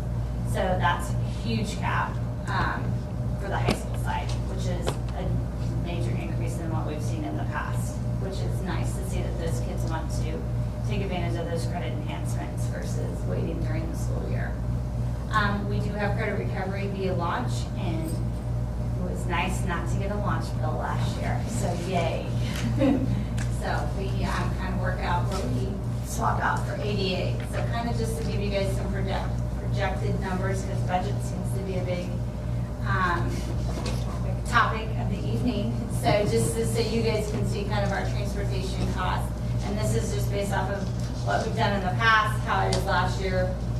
We typically run 11 buses. Kim does a really nice job of looking at all those, and we run as few routes as possible, which it is kind of condensed, but we try to really make sure that we are very tight with that, because that does include, we do run buses with summer school, but a lot of those during the summer, we are reimbursed that cost when we do field trips, which is a nice thing during the summer, that a lot of these programs like Science City, they'll reimburse our bus costs for that. The staffing, our staffing cost includes just who's already currently hired, and then all of our numbers, what hourly rates and things. Materials and supplies, we put in there, we spent less than this last year, but we gave ourselves about 15 grand, and that includes field trips, snacks, prizes, t-shirts, everything that you could possibly think of, that we try to keep that number pretty low. And we've done a very good job. I think last year we spent about 8,000, and that we felt that was on the higher end in the past. So our launch credits, we didn't have any cost last year, so that was a big success from getting kind of a $60,000 bill. Now we're at zero. So yay on that, of having that all in-house. So just to kind of give you a roundabout what that cost kind of looks like. Do you have any questions for us? Any questions, comments? Okay. Yay. Thank you. Good job. Thank you, guys. Appreciate it. All right. After we close the meeting, we're going to take a 5-minute recess while we reorganize and get ready to start the next year. It's a roll call. I made myself. So at this time, this is a roll call vote. So at this time, I'd entertain a motion to adjourn Sendine 2526. First by Jill. Second. Second by Darren.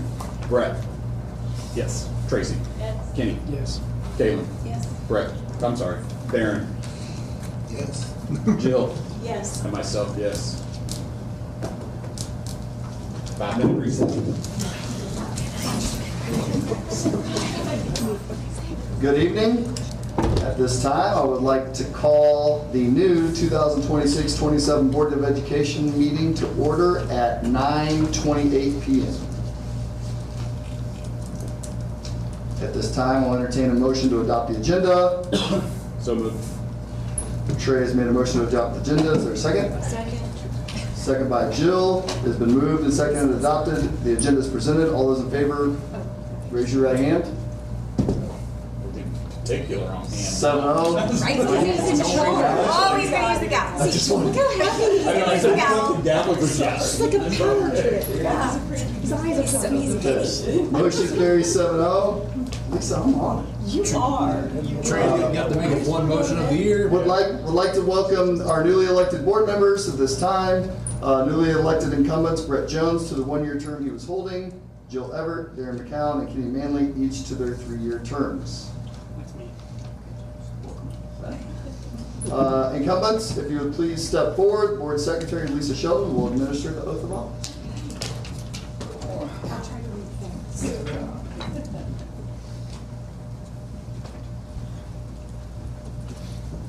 Okay. You know what, I'll just come over here and then back there. Might be Over here. How about that? Okay. Scary when it's like half the board. Can you hear me? Okay. All right, if you will raise your right hand and repeat after me. I do solemnly swear. I do solemnly swear I will support the Constitution of the United States I will support the Constitution of the United States and the Constitution of the State of Missouri, and the Constitution of the State of Missouri. and I will faithfully I will faithfully and impartially discharge and impartially discharge the duties of school director the duties of school director in and for the Excelsior Springs School District, in and for the Excelsior Springs School District, County of Clay, County of Clay, State of Missouri, State of Missouri, to the best of my ability, to the best of my ability, according to law. according to law. Congratulations. All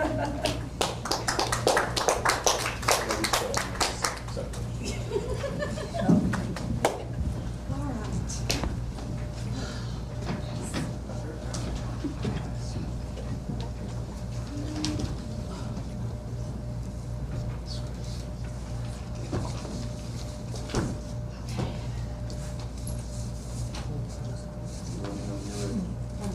Okay. It's time for the annual review of board policy BBF, school board member ethics. As board members, you accept the fiduciary responsibilities of holding a public office for school district governance on behalf of district residents in accordance with the laws of Missouri and the United States.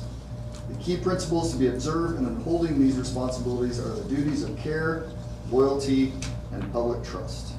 You have in front of you the policy's administrative form whereby you acknowledge responsibility to follow the ethical guidelines and policy BBF.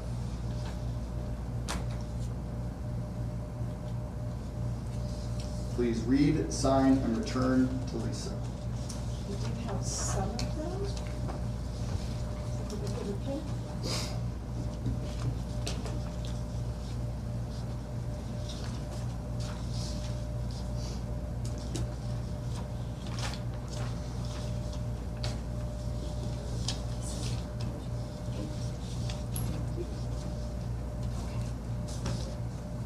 Good. All right. Up next, reorganization of the board. The next order of business is the reorganization of the board and the election of officers. We will begin with the election of the president. I will open up the floor for nominations for the office of president. I nominate Trey Harkins for the office of president.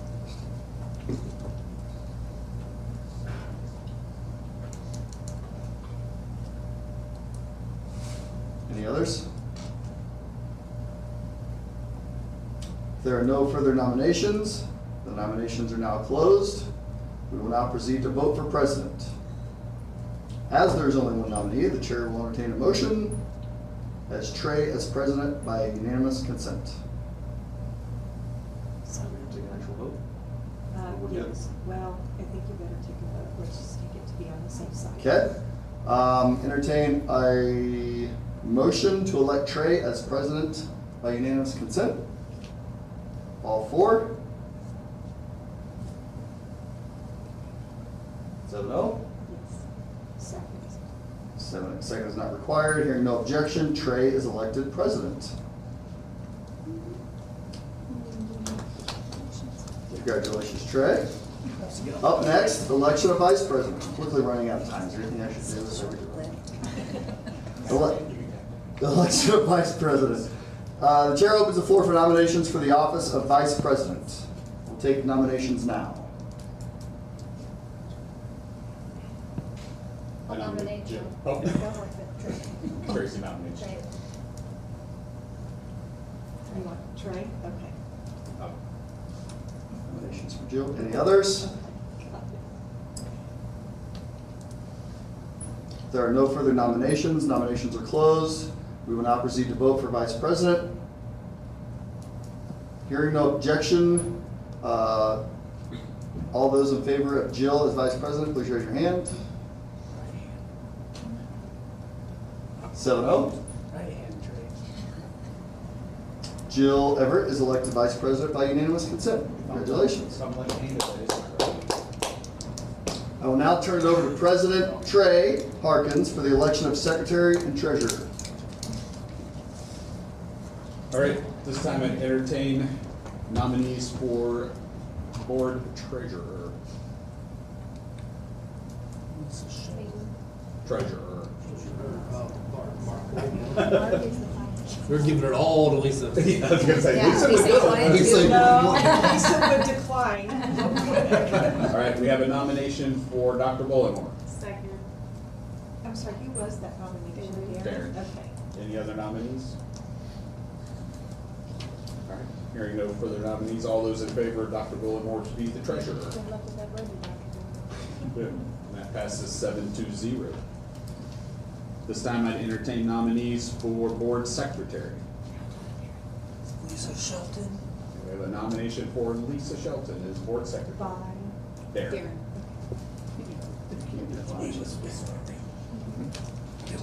Any other nominees? I mean, anyone can do it, you just have to take over the board job. No, take that back. Back it up. Not anybody can do Lisa Shelton's Well, you job. can't do it, but you can do it. All right, hearing no other nominees, all those in favor of Lisa Shelton as board secretary? Right hand, that passes 7-0. All right, appointment of the MSBA delegate and alternate. Does anybody want to step up for MSBA delegate? I'd like to keep it. You want to keep the delegate? Okay, Darren, that's not, it's an appointment, so Darren, you're appointed. There you go. How about an alternate? Brett? Brett, you did it last year, didn't you? I can do it. You want to do it again? Okay. Sure. All right. That's all of our offices. You can, here, I'll let you gavel us. At this time, I entertain a motion to adjourn. So moved. Second. First by Jill, second by Kayla. Yes. All those in favor? That passes 7-0. Come on, We are adjourned. I don't know. That's the top 5 for sure. Longest meeting. No, it was the one where we hired.